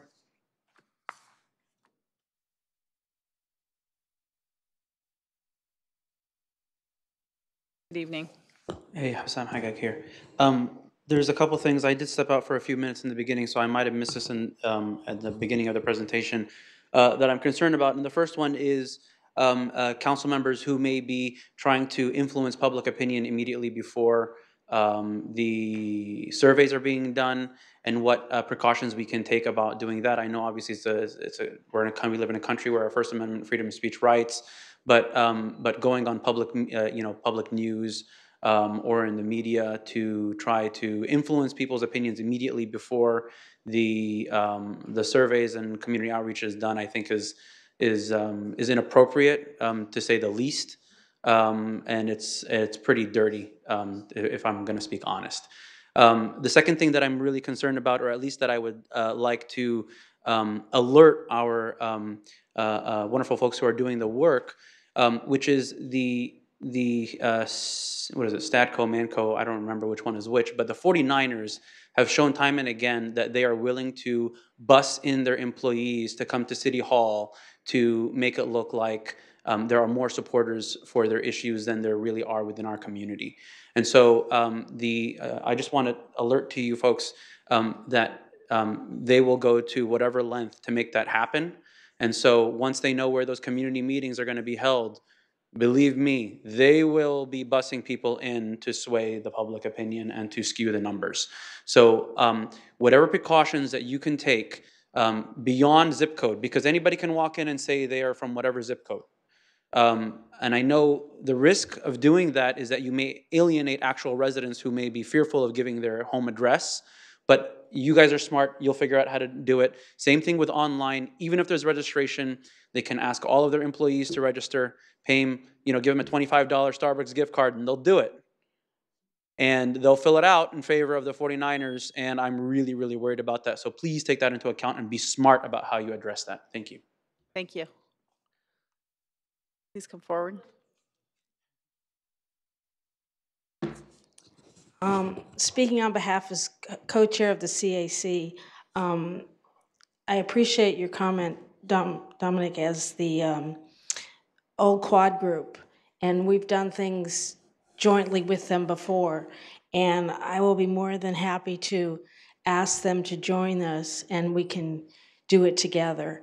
And seeing that there's two of us that chair and Suds is our secretary, the three of us can put it out in our next door group, so that'll cover like 3 different areas, so we can get a pretty good sized cross section, and where we can have our meetings, it'll be a pretty diverse group, and we will not do anything to prejudice that at all, because it wouldn't be an accurate survey, and I think it would be a disservice to everybody. It wouldn't be meeting the cause of this whole thing. We're spending too much money to do any kind of, hand grenades into it. One thing that wasn't mentioned, and one of the things that I remember as being a focus, was also to get input from the Sunnyvale residents out there, the people that are in the trailer parks. And that maybe is handing like maybe cards or something to the management office and then recollecting them. To me, that would be a real simple way to get their feedback, because it's a pretty captive audience and you know where they are. The same thing with the North San Jose residents out there.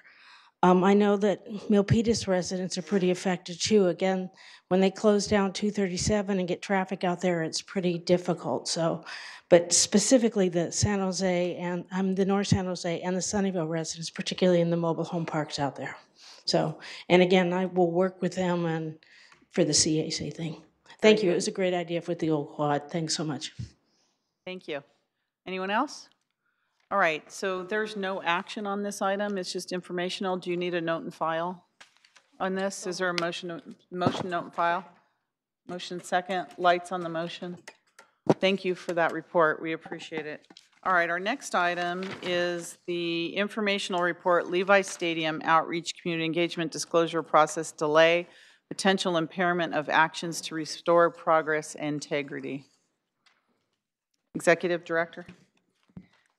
Good evening. As part of your October 2017 community engagement process, the council approved an item referred to process disclosures and requirements, and in your packet, under item number 4, independence and contract client, I have disclosed an email from the consultant raising issues of potential impairment as well as actions taken by the consultant to mitigate impact. Okay, so I see that here, and so I know that there were newspaper reports and television news reports on an item that was apparently pushed out by the 49ers about the curfew, the ordinance curfew, and the statements that Santa Clara lost out on 2 concerts because of that, one that we had never heard of before. So, and that there was members of this board that were on television. And so I know that at this point, the consultant is taking some steps to make sure that some of that data is segregated that was being collected. And I think, do we not have anyone speaking on this? They all left the room. Well, Ross was here. I don't know if he might be out in the hallway, but Ross Militich is here from Lou Edwards, and I'm not certain if he was confused with the 2 items or if he's...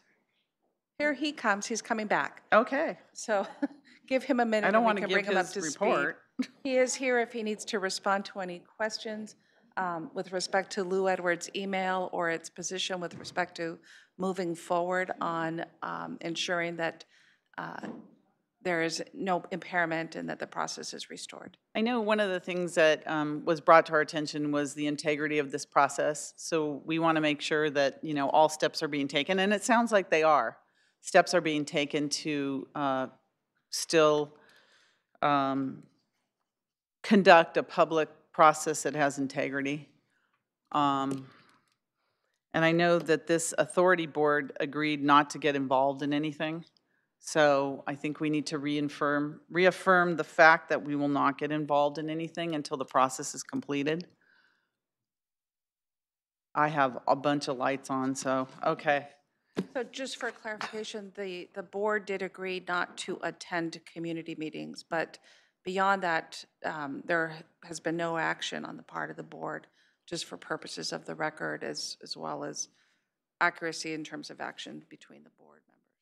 There was a San Jose Mercury newspaper article, and I was quoted in the newspaper article, and I just want to, because it wasn't clear in the article, it was misleading. I did not speak to the reporter. They quoted comments from me from last September of 2017. So they reported them as if I had just said them, and I hadn't. So just wanted to make that clear. Let's start with Authority Member Davis. I'm so glad you brought up the newspaper article. Okay, so I don't know this Jim Harrington. I don't know who gave him this story, but I remember on September 27th, that was the first article that went out. And then this one showed up on February 7th, and I do believe that when you questioned us, not you specifically, but Dr. Spano questioned us and asked us if we were going to engage in any of this and not taint what was already done or should be done. And I remember that question because I said to him, I will not watch the meetings, I will not go to the meetings, I will not engage in people, talk to people, because I wanted this to be as pure as possible, because this was a big thing. We're spending money to find out what our residents actually think, not what we think, or subject or tell them what we want them to think. So when I read this, I know that you're, Lisa, I understand that, because once again, it says residents have lost out on millions of dollars in revenue. and then it's 400,000 or 800,000. So it's very misleading when this stuff winds up in the Mercury News, and it's really bad when someone is on television saying, you lost out on this concert, but then you also lost out on the Eagles. We were never told about the Eagles. So that kind of like really irked me. So I don't know, what is the damage that was done, and what is it going to cost you for this delay to make sure that nobody ever read the Mercury News or nobody ever saw NBC Bay Area? How are we supposed to change that? What are we supposed to do? So can you answer that question? Yes, I can in some respects, Board Member Davis. So consistent with the email that Ms. Catherine Liu sent around to Director Santana and is included in your packet, at this time, and I reiterate that this is very preliminary, we do not believe in our professional experience that this particular news coverage has materially and statistically impacted the results of the survey. Now, that being said, there's a big caveat on there in that we were through about half of our interviews at the time that this particular news clip aired. We have taken about 30 interviews on that particular day, and as part of our analytical process, we're going to impound those 30 results that we received to see if there's any statistical difference between the results that we have received on that date versus any other, and we can compare them to the overall results from the Near Neighbor Survey as well as the citywide survey, and see if there's any kind of statistical difference in there. If there is, which we don't know that there is at this point, we would point that out in our final report in the same manner that we would any other statistical interesting factor abnormality in the survey. So that would be a couple of days, because this was printed on the 7th. So you're saying that you only had 30 interviews in that cycle?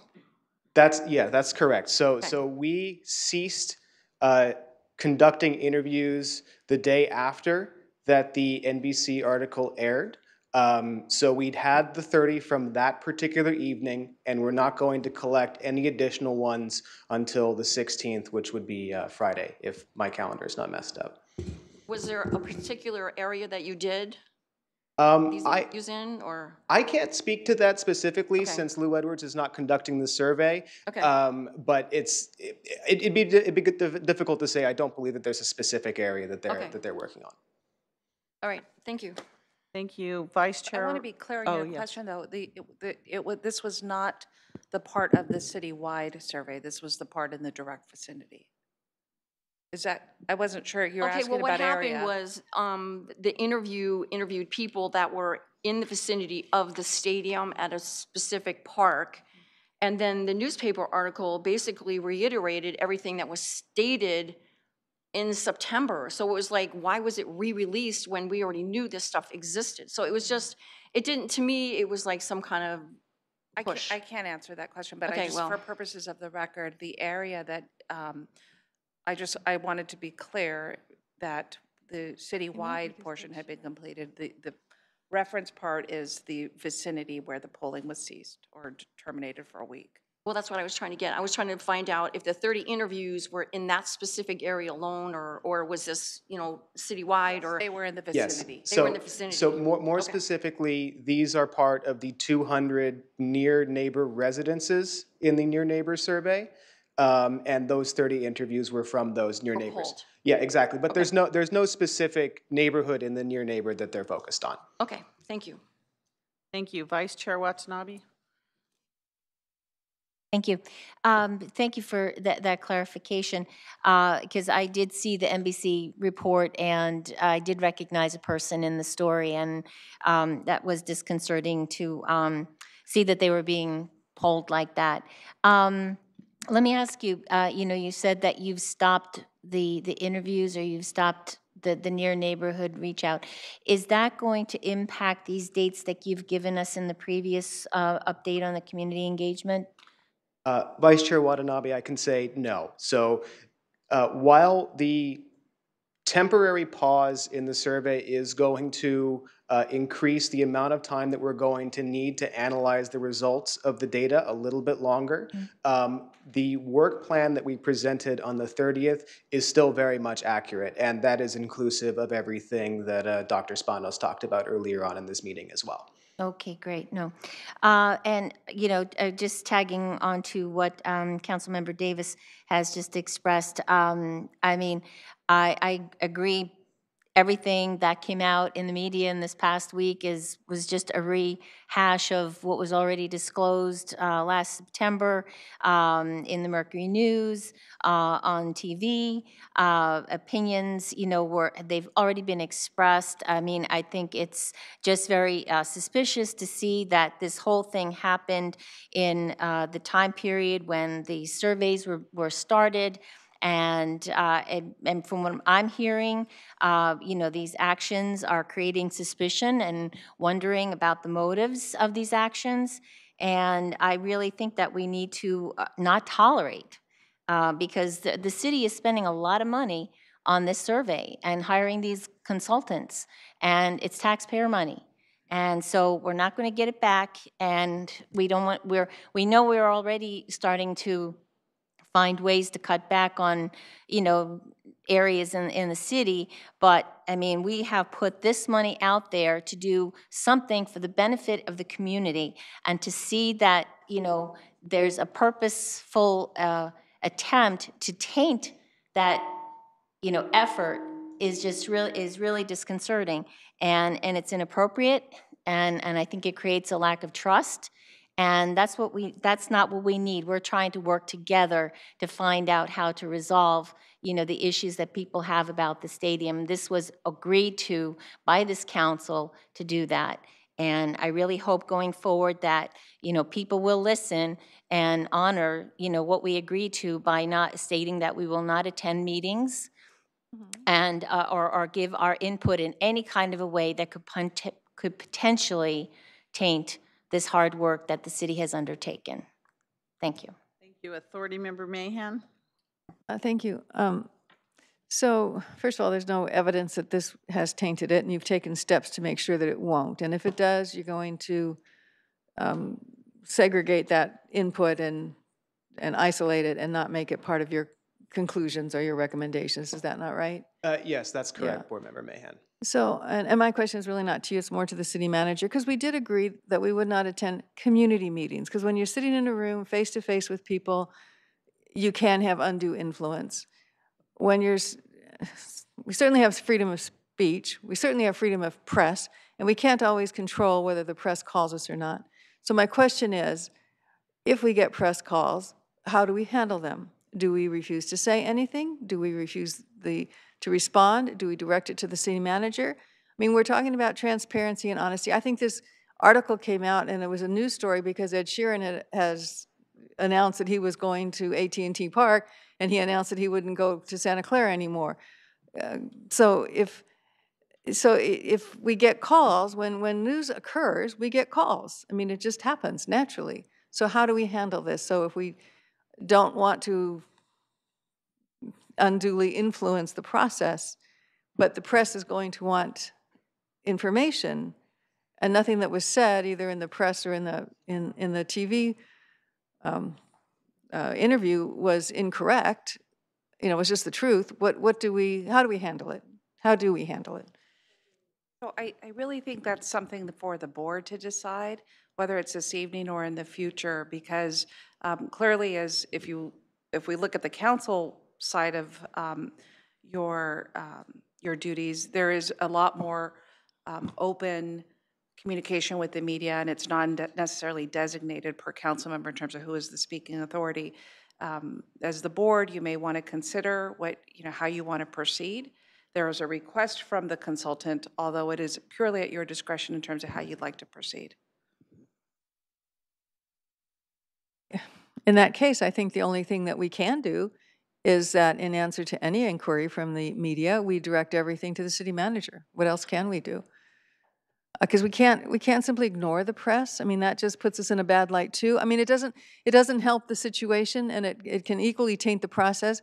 if a press reporter or a news reporter is calling every member of the council and we all refuse to talk to him, or we don't even respond to the phone call, then they're going to report that nobody responded, and that has its own perception in the public's eye. I mean, we can't prevent the news stories from occurring, so how do we agree to respond to them? So as media inquiries have come into the city manager's office on topics either regarding the community engagement or this issue itself, our position has been that the board has directed a robust community engagement process for which it will be determining policy in the future, and that we are awaiting for the outcome of those results, and we'll bring the items forward to the board at the appropriate time. So that's we an have not appropriate had a message. position. It's just more providing information in terms of what point in time are we at in the community engagement process. And we had a press statement on this. We had a press statement. I don't doubt that, but I'm saying you get calls, and they catch you off guard, or they just call you, and like I say, if you refuse to talk to them, or if you answer the call and say, sorry, I can't talk, then that's what they report, and that in and of itself is something in the news that can taint the process.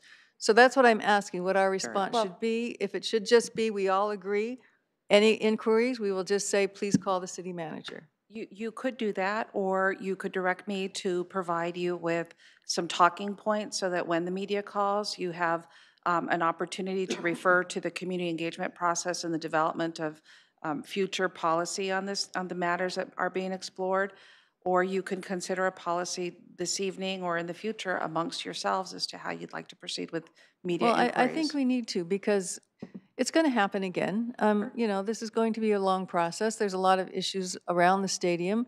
And like I say, we don't generate these news stories. The information didn't come from City Hall, didn't come from a city council member.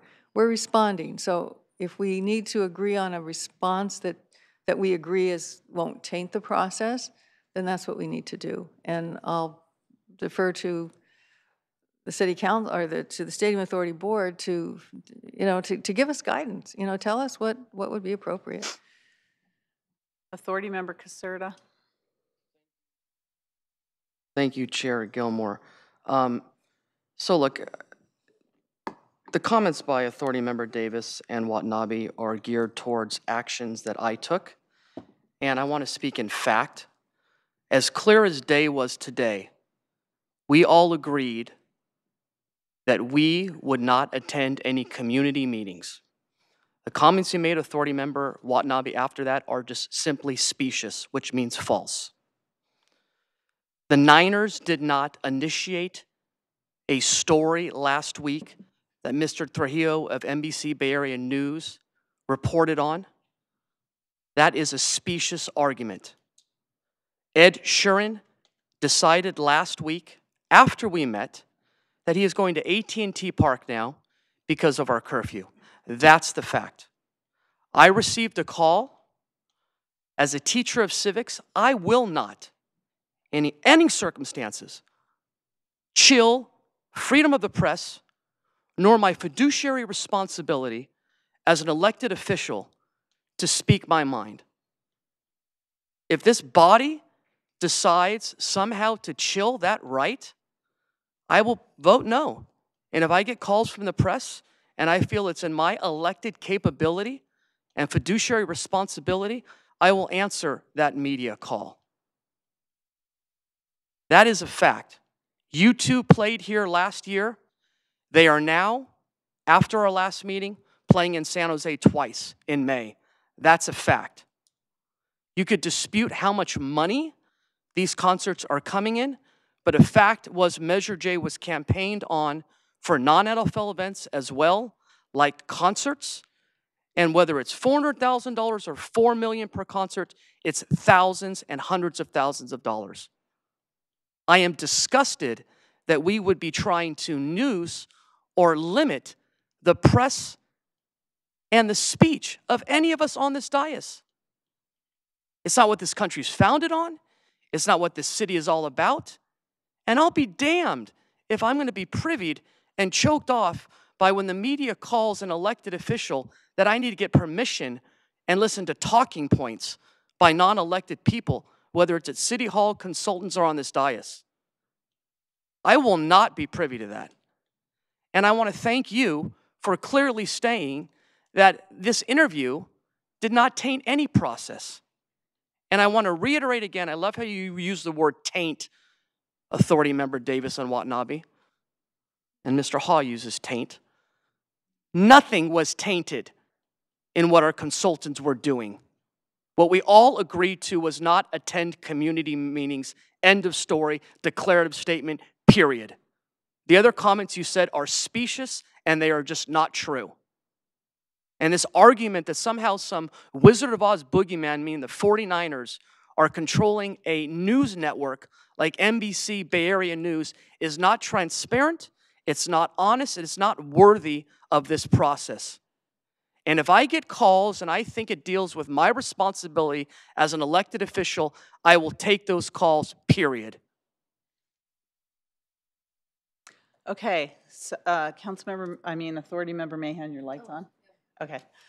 All right, well, that's pretty clear. So I think that there was some information given to the press that the Stadium Authority hadn't had, and that was about the concert, about the Eagles, that we somehow prevented that. So I think there was some information that apparently had come from our management company that we had never had. So maybe we can all actually follow up and get some of that information, because they did talk about concerts we never heard of. So, all right, so it looks like not everyone's going to agree to follow a process. I know that during this process, we actually sent a statement out to the press to talk about just what we're doing in the community. And really, I think all we're talking about is during the time we're trying to poll and outreach to the community. It didn't mean forever and ever that we're not going to be able to speak to the press. It's just, if we could put a hold on it during this time, we would appreciate it, but it's not mandatory, and some may agree to it and others not. So I guess at this point, we should have a voluntary agreement. If you want to speak out, you certainly have a right to do. I don't think any of us can stop you, but we'd appreciate it if you don't during the time that we're outreaching to our community. I don't know what else to say on this issue. Board Chair Gilmore, if Yes. I may briefly, without getting into the issue of free speech, I would just like to underscore something that Ms. Liu said in her email that is this included in your packet and speaks to this specific issue. While Mr. Caserta is correct that we do not believe at this time that any of the results of our Near Neighbor survey are in any way changed from what they ought to be. We don't know that for certain, and we need to do a deep analysis of what those specific results are in the manner that I described earlier. And beings as the purpose of this project is to give as clean a read on the public's temperature on a wide variety of issues. And out of an abundance of caution and an eagerness to protect the integrity and public perception of the process, that is why Ms. Liu requested that for the time that the current surveys are in the field, which is to say, for the next couple of weeks or so, basically until early March or so, we are requesting that not just board members, but city officials in general refrain from talking to the public so that we can get our baseline survey as clean a read as humanly possible. That is our request, and that is our request. And that makes perfect sense, and we're spending a lot of money on this, so we appreciate that. Especially the current information you're receiving is the information I personally would like to see the most, because that's going to determine how I particularly look at curfews, traffic, police presence, other types of things, parking. Those are the types of things where we're going to base our decisions. So thank you very much. Again, I think at this point it's going to have to be voluntary, but I think most here are going to respect the wishes to make sure we keep the integrity of this process. Thank you. Thank you. Are there any public members that would like to speak? Please come forward.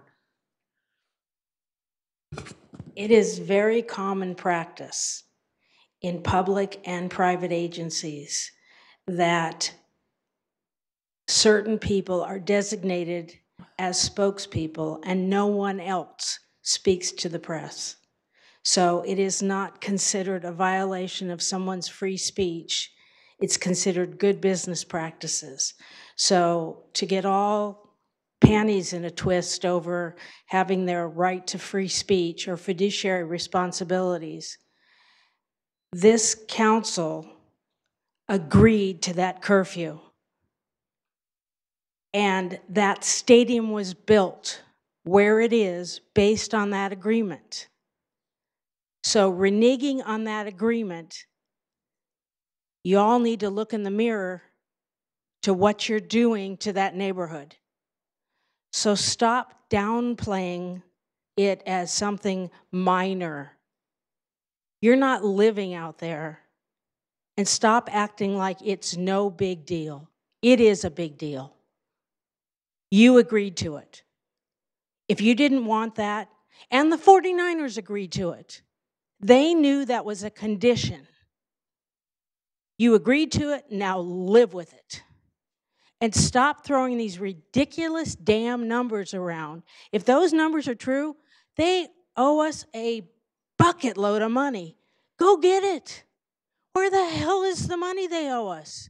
I'd love to see this 400,000, 800,000, 100, whatever they keep throwing around. Where the hell is the money? Because we haven't seen it. Stop with the BS they keep. Stop falling for it, hook, line, and sinker. They're full of crap. And somebody needs to call them on it. The curfew is in place. They all agree to it. Live with it and stop playing like we're bad guys for agreeing with the law. Thank you, Debbie. Deal with it.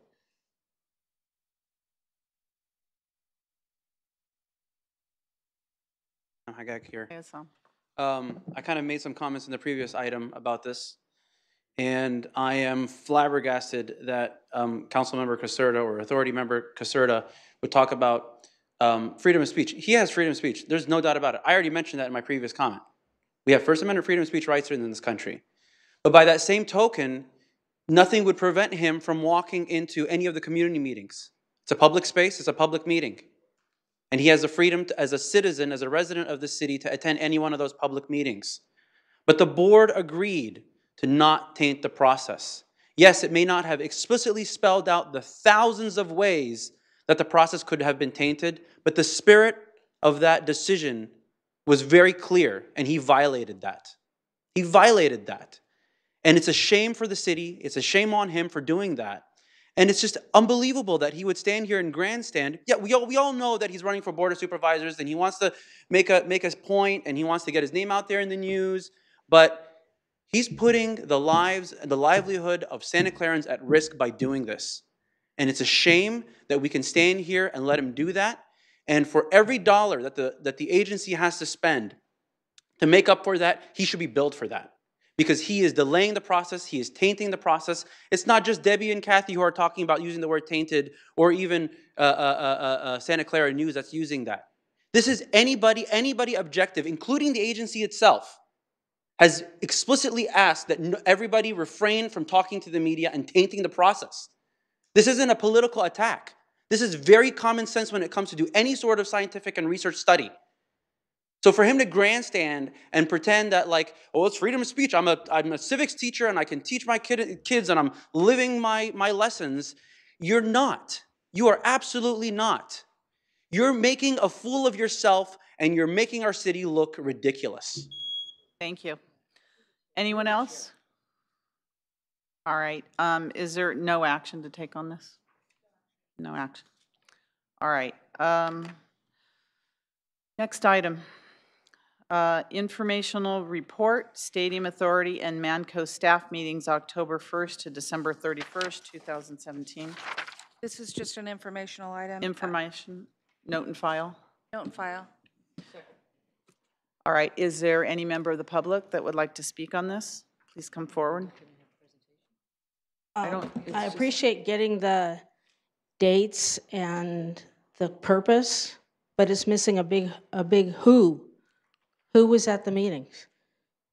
So could we please add the who was there? I think that's an important thing of knowing who's meeting with them. That's missing, and I think that's needs to be, and that was also part of the recommendation from the auditors was, to have complete transparency of who's meeting with them.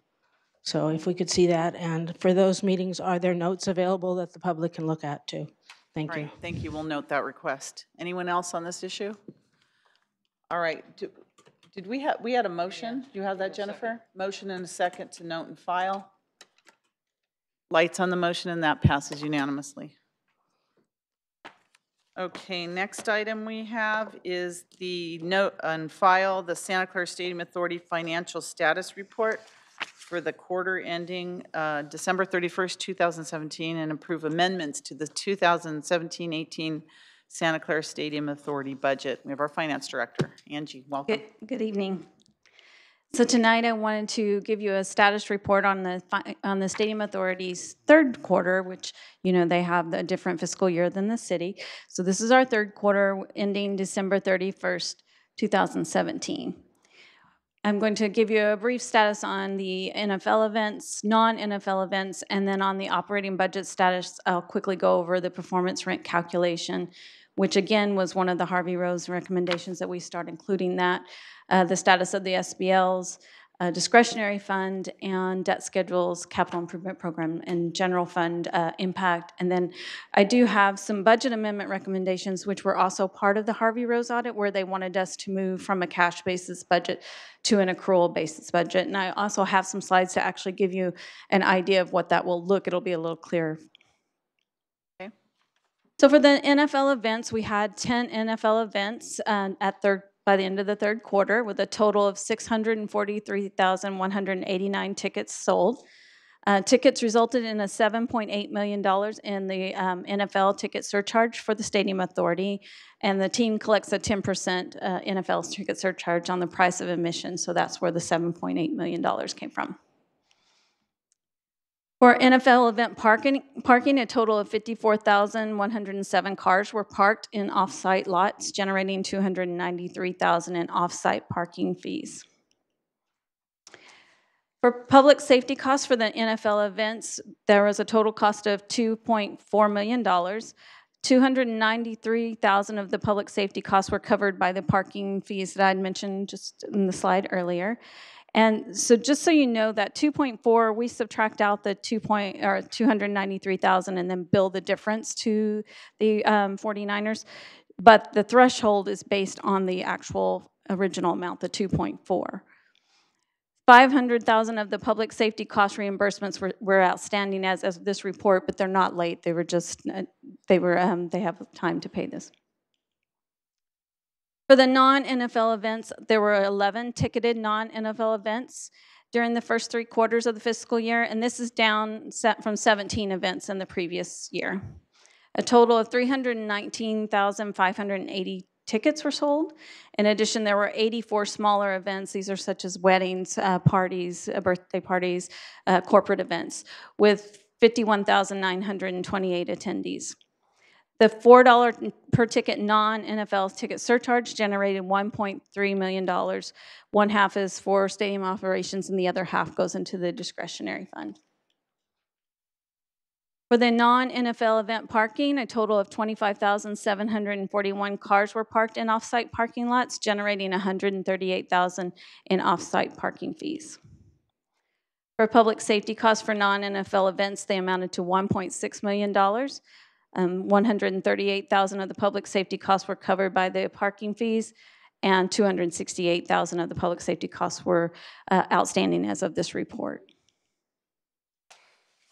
For the Stadium Authority operating budget status, operating revenues through the third quarter equaled $42.7 million, or 53% of the annual budget. And this is an example of what we will be discussing with the accrual entries. This includes the prior year net revenue from non-NFL events of $5.3 million. So in the 17-18 revenues is the 16-17 non-NFL event revenue. Operating expenses for the second quarter equaled $15.6 million, or 60% of budget. And this is due to several of the line items we pay most of those at the first half of the year, or they have different schedules. And this also includes, again, the prior year performance rent paid to the city of Santa Clara of $2.5 million. So here's the performance rent calculation. It's actually the same as what we had provided in the second quarter. But I just wanted to call out too, and I did this, I think, at the other meeting too, but I just wanted to show you that we are now showing you the total non-NFL event revenue and the total NFL events expenditures. So when you're talking about these larger events, as you were earlier, you can see in 16-17, the total revenue was $52.2 million, and the total expenditures was $46.9 million, with a difference of 5.3, which is what we receive as the non-NFL event ticket or non-NFL event revenue. And then the calculation for the performance rent is 50% of that 5.3, and then we also have some credits that we take out. So we took out half of the ground rent. And so you get the amount for 16-17 was $2.5 million. But again, that is showing in 2017-18. For the stadium builder license, or SBLs, the value of the current active SBLs is $529.4 million. And this is up by $1.5 million when compared to the second quarter report. A total of 77% of the principal was collected as of 12/31/17, or $407 million. And again, as we've reiterated each time, SBL holders who default lose their SBL, forfeit any money they have invested, and these are available for resale. And we are still selling those at full value. And we have seen some good movement going forward, so hopefully in the fourth quarter, this number will be even better.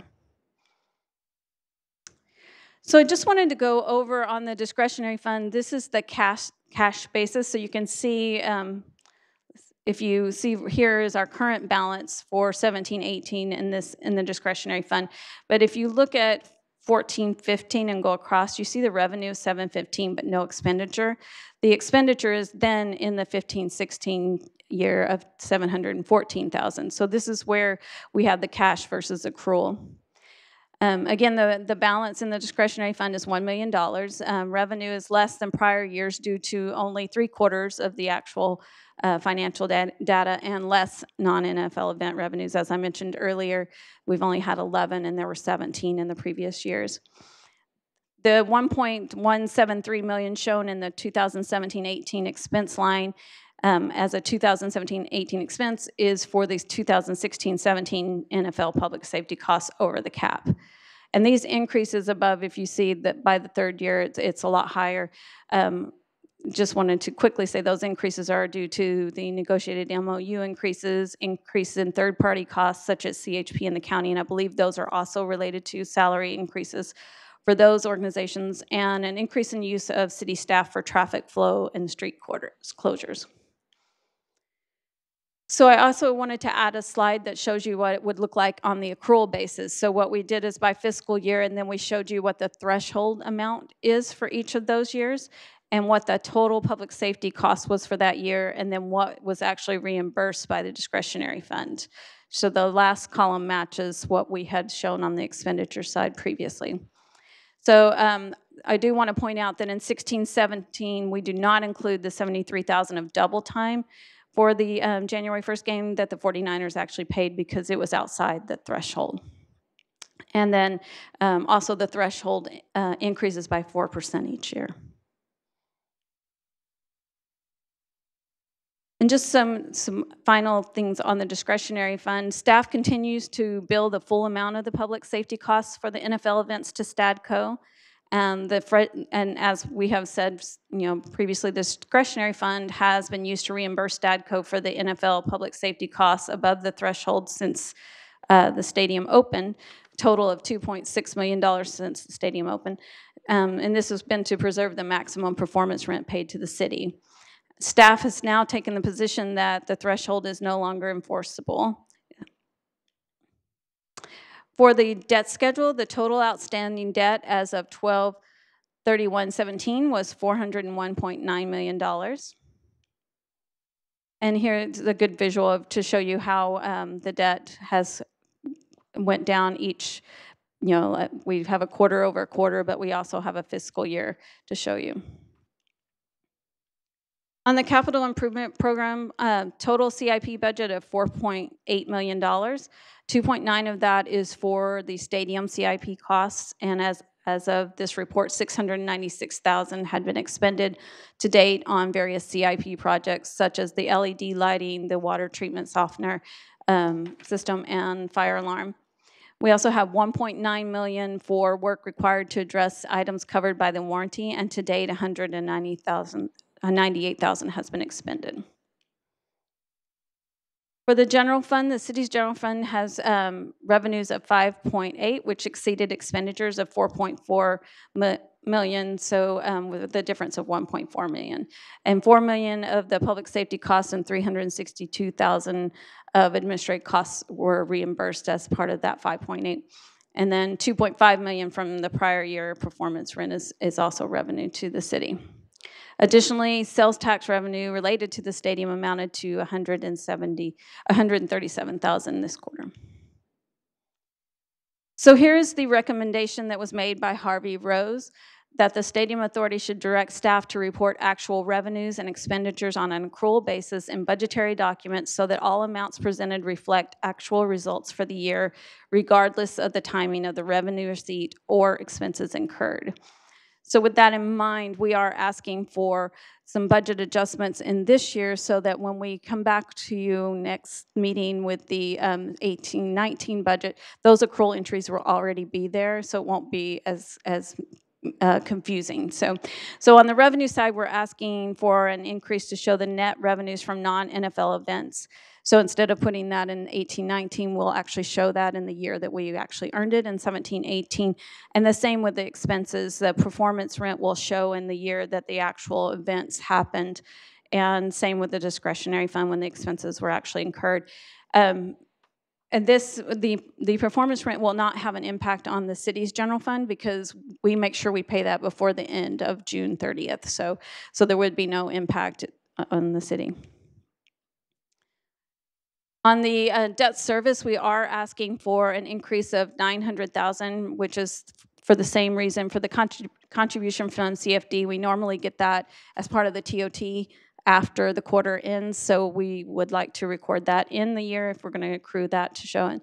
And then we also have some expenses that amount to $7.4 million of CFD advance to accrue the fourth quarter interest in the Term A loan, to increase 7.1 to accrue the interest expense for the months of October through March.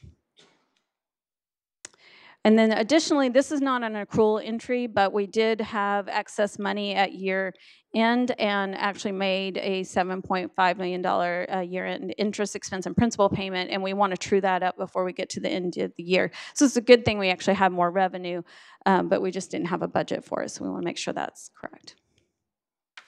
And with that, that completes my report. I'd be happy to answer any questions. Thank you. Authority Member O'Neill. Thank you. So the reports, Angie, you're just getting more and more data, so that's really good. So I had made some notes in the actual report, but one of the things that you said, let me flip back. My ears picked up. Let me see. So in your slide number 14, where you said staff has taken the position that the threshold is no longer enforceable, and that's talking about the public safety costs. So I know we had the 3 years. So could you elaborate on that a little bit, or I don't know, or the city manager or the city attorney? Because I know we've had some, there's been some controversy about this, and after the first 3 years, whether we were going to renegotiate it or whether it went away, or, so if someone could. Yeah, I'll let Brian kind of address that. Well, I've said that several times in public, both here and at Stadium Audit Committee.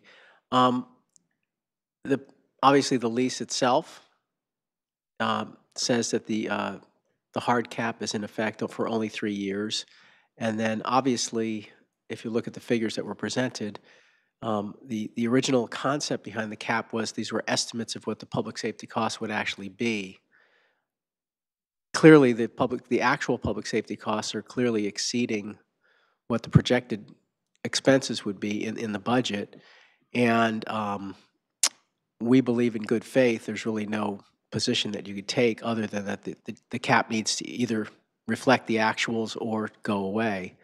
And that's the basis of why we're saying that the threshold really is not enforceable anymore. And I know that I haven't heard real legal arguments as to why our position is incorrect, but I have heard desires not to admit that we're correct from conversations I've had. So at this point, that's a position we're taking.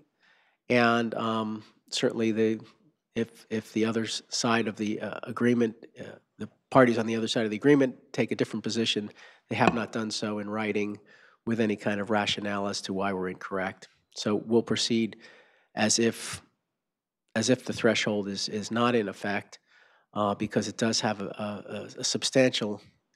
This year it went up by another $400,000, the amount that comes out of the discretionary fund as a result of the last year of the cap. So we're hoping not to repeat that this year. If you notice the amount that's left in the discretionary fund, if you want to go to the slide with the balance in it, the balance is decreasing. We really don't want to get to zero in the discretionary fund. That would not be a good thing.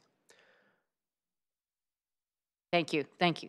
So I want to add, though, that while the city attorney establishes our position, we also work with our departments, and the chief is certainly here, to make sure that we are efficient in our deployment of city staff as we support the events taking place at the Levi Stadium. I know that the chief and the entire department's tried to work on how to make things, how to provide the services more efficiently, and we appreciate that. And I'm sure the 49ers do too, because I mean, we want to make, the number one objective is to make sure that every guest or people who are in the area of the stadium have a safe experience. And so we're not going to go on the cheap, but I'm sure we'll continue to try to find ways that are more efficient. But I think it's only reasonable, since we're bearing all the public safety costs for our non-NFL events, that where we're receiving the proceeds, that the 49ers should make sure that they're covering their costs. I think it's only fair. So thank you very much for that. So Angie, I had kind of a couple things that are maybe a little nitpicky, but I was looking through, and it just kind of caught my eye on the chart where you had the NFL event stats. And let's see, where's the page number here?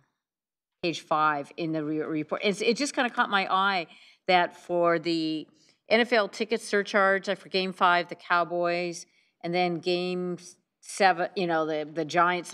So for the Cowboys, it shows that the ticket surcharge was like $1.5 million. I was at that game. So it was a lot of Cowboy fans there. So do you think that, what did they? But I mean, gosh, that's almost like 3 times. So I would if imagine the game is a real sellout, yeah. Because we're hearing, we're supposedly, I thought all these games were sellouts. No. Some of the other ones they had a low attendance, but that one was one that was I would imagine that it was pretty much sold out. Yeah, because I know the Cowboys travel a lot. Their fans travel a lot. Okay, so it's just strictly based on attendance. Because I thought maybe somebody was charging them a lot higher ticket amounts. So here, let me scroll through and see where else I put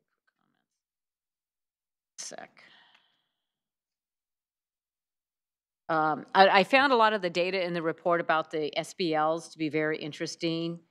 And there was, one of the things on page 10 under the paragraph that says stadium builder licenses, the last sentence is, this is down, he's talking about the value or the principal value of all SBLs. This is down 2.6 million when compared to the March 31st, 2017 the report, due to defaulted SBLs being removed from the active SBL summary. So it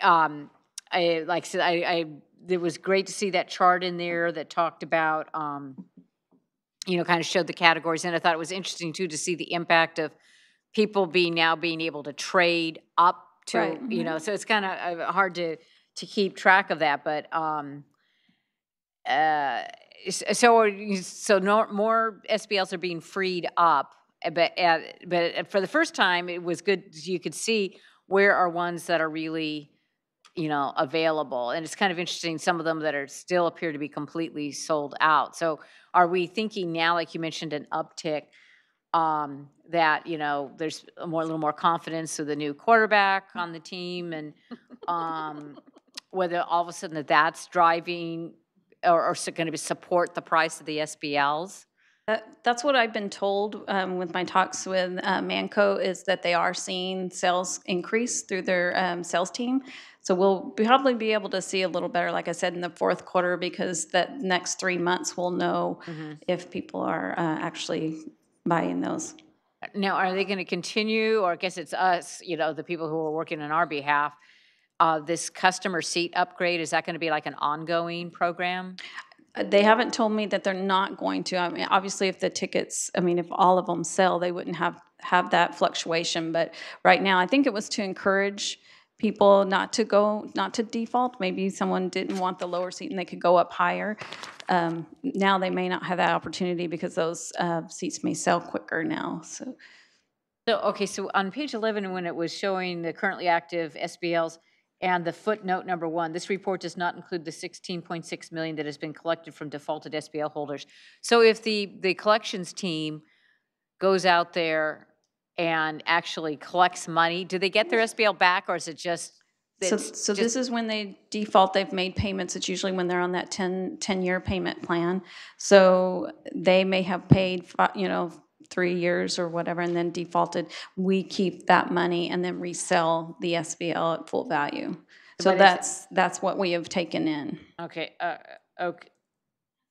Oh, okay. Okay. So that's like, okay. So it's really not excess that they're money, extracting more money from them. It's just what's the okay. It's what they've paid already. Gotcha.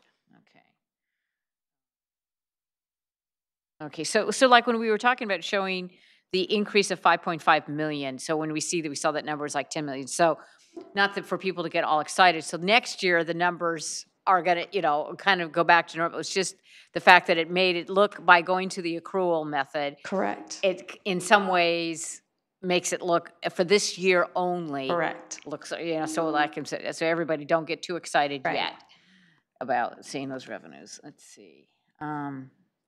So on page 13, and you probably have told me this before, the use of the Stadco tenant improvements.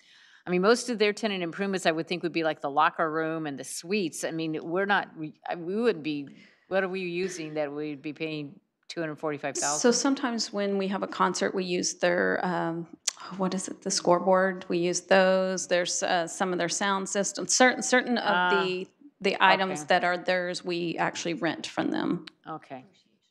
Okay, or the green room or whatever for folks. Okay, let me see if I have anything that's really meaningful. But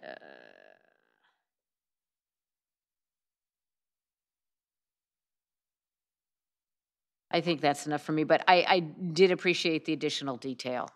Thank you. Thank you. A few more lights here. Authority Member Davis. Angie, my question was more aligned with the SBLs. So there was a lot of ticket dumping that was happening. So the Manco has told you that they're not seeing the ticket dumping as much because they signed Jimmy G, or, I mean, like, are we seeing a change in what's happening because now people are renewed energy in the stadium, or? So I think the SBL, the dumping part would be on the second market. So secondary market, so we wouldn't see that because we've already got ours, right? So it's if one of you were to sell yours, we wouldn't know that unless you're making payments, and then we would have to. The new buyer would have to agree to make those payments. Yeah, no, I'm still making my payments. So how are we carrying this debt? I mean, from the threshold to the actual cost, I mean, is this a way of us knowing how much it really costs? I mean, is this what the staff has decided to do, so that we actually know the numbers, because we didn't in the past, I guess. Right. And you can thank our city manager and staff. This was a last minute addition. I came running over to add this one on here, but it makes it a lot clearer. So you're right. So it really shows that threshold from the very beginning has been off, right? I mean, you just look at the first year, that was the $170,000 a game, and you can't even say these are different number of events because they're all 10. 10 events. 10 events. Right. And then you also said our discretionary fund was decreasing. Well, there it is. There it is. So how much longer do we have left? Well, we Estimating? still get revenue, right? As long as we are having events, we get that $4 ticket surcharge on the non-NFL events, and half of that goes into, that's where the revenue, that's where you see that. We do have a couple more, I think, events, at least one more, the soccer game coming up. So that revenue will go up. So when I show you this on the fourth quarter, that number will be different. Okay, so in the crystal ball world, are we going to have that deficit hit us in this next year or season, whatever, however they call it? Well, I think our stance is, as the city attorney had mentioned, that we shouldn't have to be dipping into this discretionary fund, and that's the goal. Thank you. Thank you. With Vice Chair Watanabe. Thank you. I just have a question about the parking, Angie. The non-NFL events in particular, the numbers have fallen off, and I know the golf course, we previously were using the golf course for parking, but it really dropped off significantly, like 35,000 spaces. I'm looking at the report that was provided to us in our packet. But do we work with the VTA? I don't know if Councilmember O'Neill knows also. Do we work with the VTA at all to find out if, they capture, how many people, are utilizing the light rail or any kind of, public transportation to get to the stadium? Do we capture that at all? I believe Manco works with VTA on both NFL and non-NFL events because they want to encourage that. But I think the big decrease is because we had 17 events in the previous year and only 11 here. And you can see, I wanted to show you this chart. You can see the big events. The soccer games are always the most popular for us, and they always do really well. So we have the biggest attendance, even compared to, you can look at Coldplay, and that's not a huge number. So it's really the soccer games that do the best for us. Yeah, we have noticed, an increase in parking in the neighborhoods as well, and I don't know if that's a result. I'm sure it is a result of the golf course, losing the parking on the golf course, and just close proximity to the stadium. Yeah. And the cost probably. And the cost, exactly. The cost of parking is pretty hefty, and I think it was $50 or $60, and some people were saying some of the lots were $80. So depending on the type of event, if they're charging that much for parking, I would imagine that it's causing. I've even seen the tailgate parties move up to Safeway Rivermark Plaza as a result. So I had to put in a call to the chief, and they were tossing footballs around. So yeah, it's it's an issue, and I'm hoping that somehow we can recapture those parking spaces, and so people don't feel the need to park so far away. I just want to add that the numbers on parking are not audited. Okay. So in order to have better accuracy and information relative to revenues, we'd have to conduct a parking audit. And also get some trend information in terms of what's occurring out there for parking. Yeah. And I just wanted to remind the council that parking fees are a cost recovery, so there's no net generation of revenue. In other words, it's to reimburse the public safety costs of dealing with off-site parking. So it's not really a source of revenue. It's just reflective of what's actually happening in terms of parking. Yeah, I mean, it's good to see how many people are parking, and if there's any way to increase that, that would be even better. But I would also like to say, as the city attorney mentioned, on the public safety, that $293,000, it's the cost to recoup them from the public safety for monitoring the parking lots, but that was not included as part of the threshold when they did the threshold allocation. So just something to remember. Thank you. Authority Member O'Neill, you have another question? Yeah, and I just want to make a comment on that too. So we do need to be thinking, we're hoping that the team's going to be doing significantly better in the coming years. And as, the Genzon, the owners of the Yahoo site, as they start moving forward to redevelop that property, we're going to have to find another, that's the biggest parking lot So we're going to have to be looking, that's part of this whole, need to be working with Manco on a long-term plan for all these aspects of the stadium, but that, particularly that parking situation. And also, Member Watanabe, VTA we put in place a large event policy, and we could probably get from them. They do collect, and I do see numbers from them on what they estimate that what their the light rail ridership and what they're getting, and because they actually put a lot of the ambassadors, they have people out there also just to make sure that people get on the train safely and all that. So I remember what my other question was. So looking at the charts, and it's great to see that we're paying down this debt, and we're down to only 400 million. I mean, but we've made tremendous progress, tremendous progress. So one of the questions that comes up, and I know you've probably talked about it, or Gary before you, do we have, I know that, and I can't remember all the terms, do you look at, or do you have any discretion in terms of which of the loans you decide to put? I know there's some of them have to kind of go first in the hierarchy.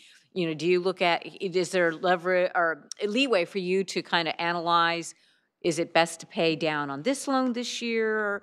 We've already paid off, I think, the B loan. Like, is it better, do we have to always do the subordinated loan? Is it better to do the CFD advance? So the CFD advance is restricted to the CFD area. So what we receive from those payments in the CFD, that pays on that debt.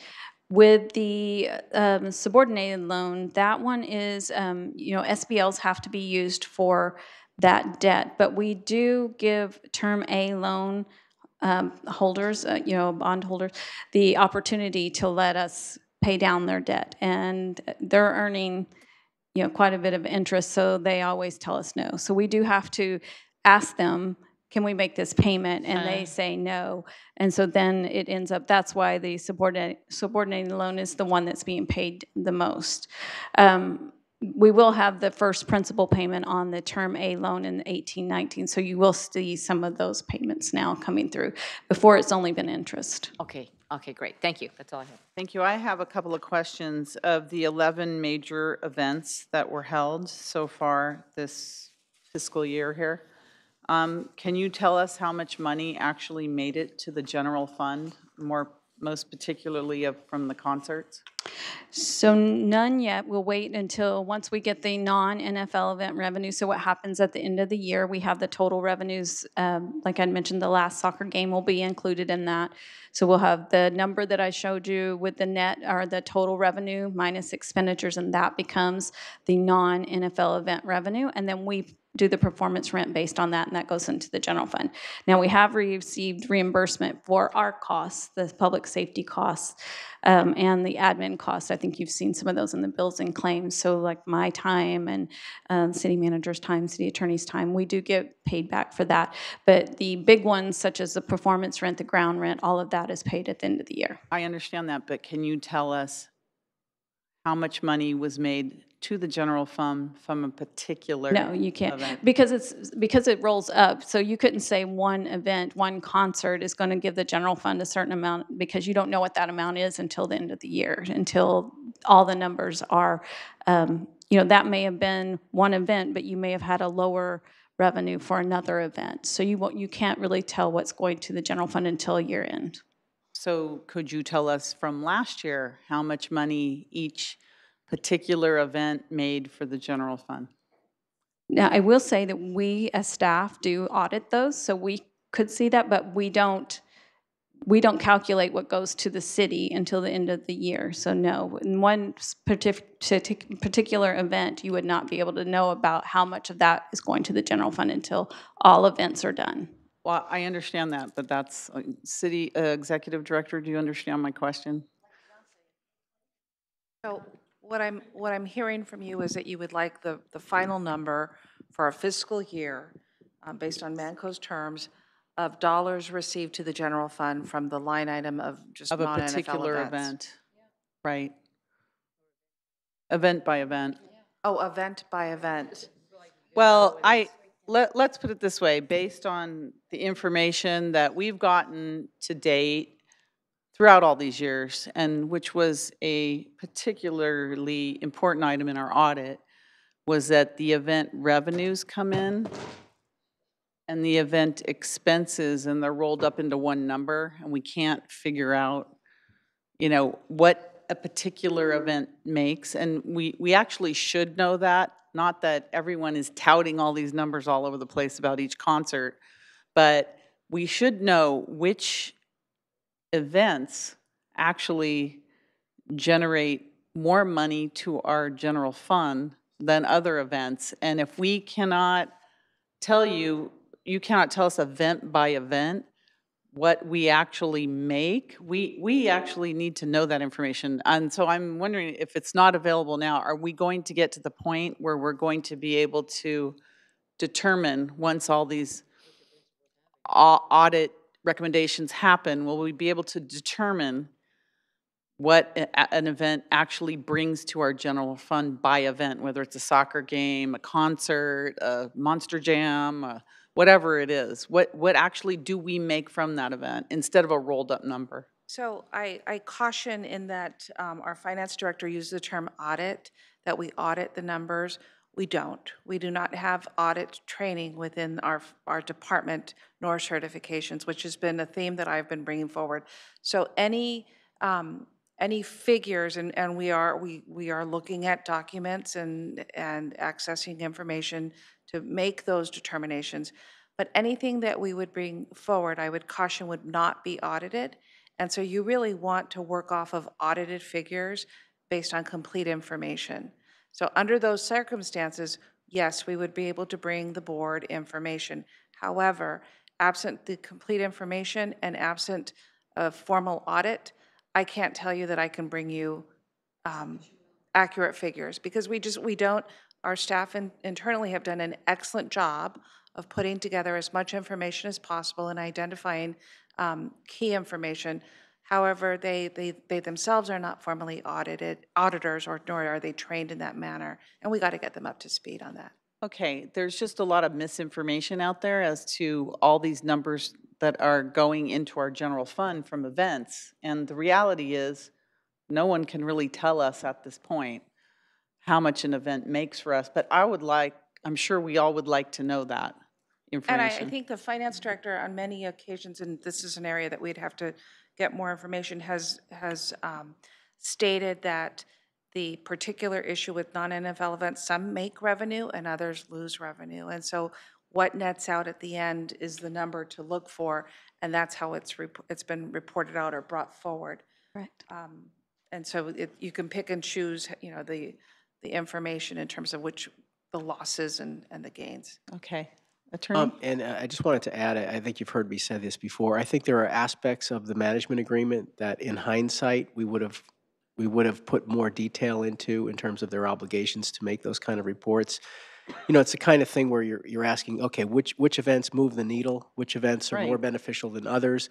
Currently, the reports that we're getting under the management agreement don't necessarily either the marketing plan or the, you know, post-year reports on what we're getting don't show that kind of detail and don't really indicate in a reliable way, you know, how these events are benefiting the general fund. And I agree, I've heard various different statements, but nothing in a defined contractually obligated report that gives us,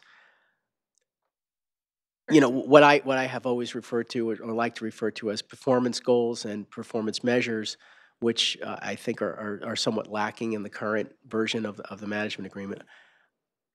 I'm hoping that as the relationship evolves, that we can get reports that give more clarity to that type of activity. Okay.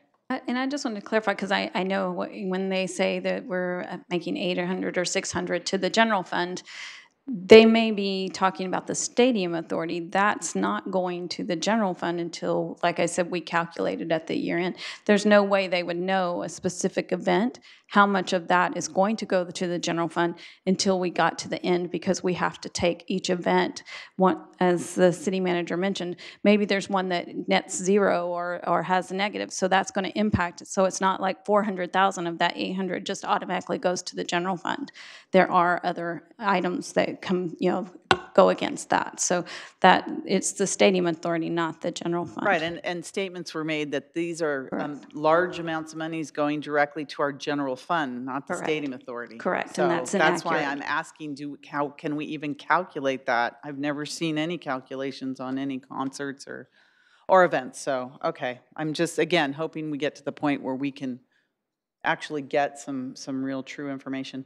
The second thing I had a question on, I see the public safety costs are going up like 25%, over a year from 15-16 to 16-17. And so staff has taken the position, and I know Authority Member O'Neill's asked you, attorney, about this, that the threshold is no longer enforceable. Does that mean we're billing for those extra NFL costs? And if not, why not? Why aren't we billing for So we those bill over Statco. the threshold that doesn't exist anymore? We bill Statco for all public safety costs, and then at year end reimburse them anything over the threshold through the discretionary fund. So we will continue our practice of billing them for every event. So we've billed them for all NFL events. So I don't know if some of that was still outstanding was probably related. I don't think it was a whole lot that was still outstanding for the, let me see.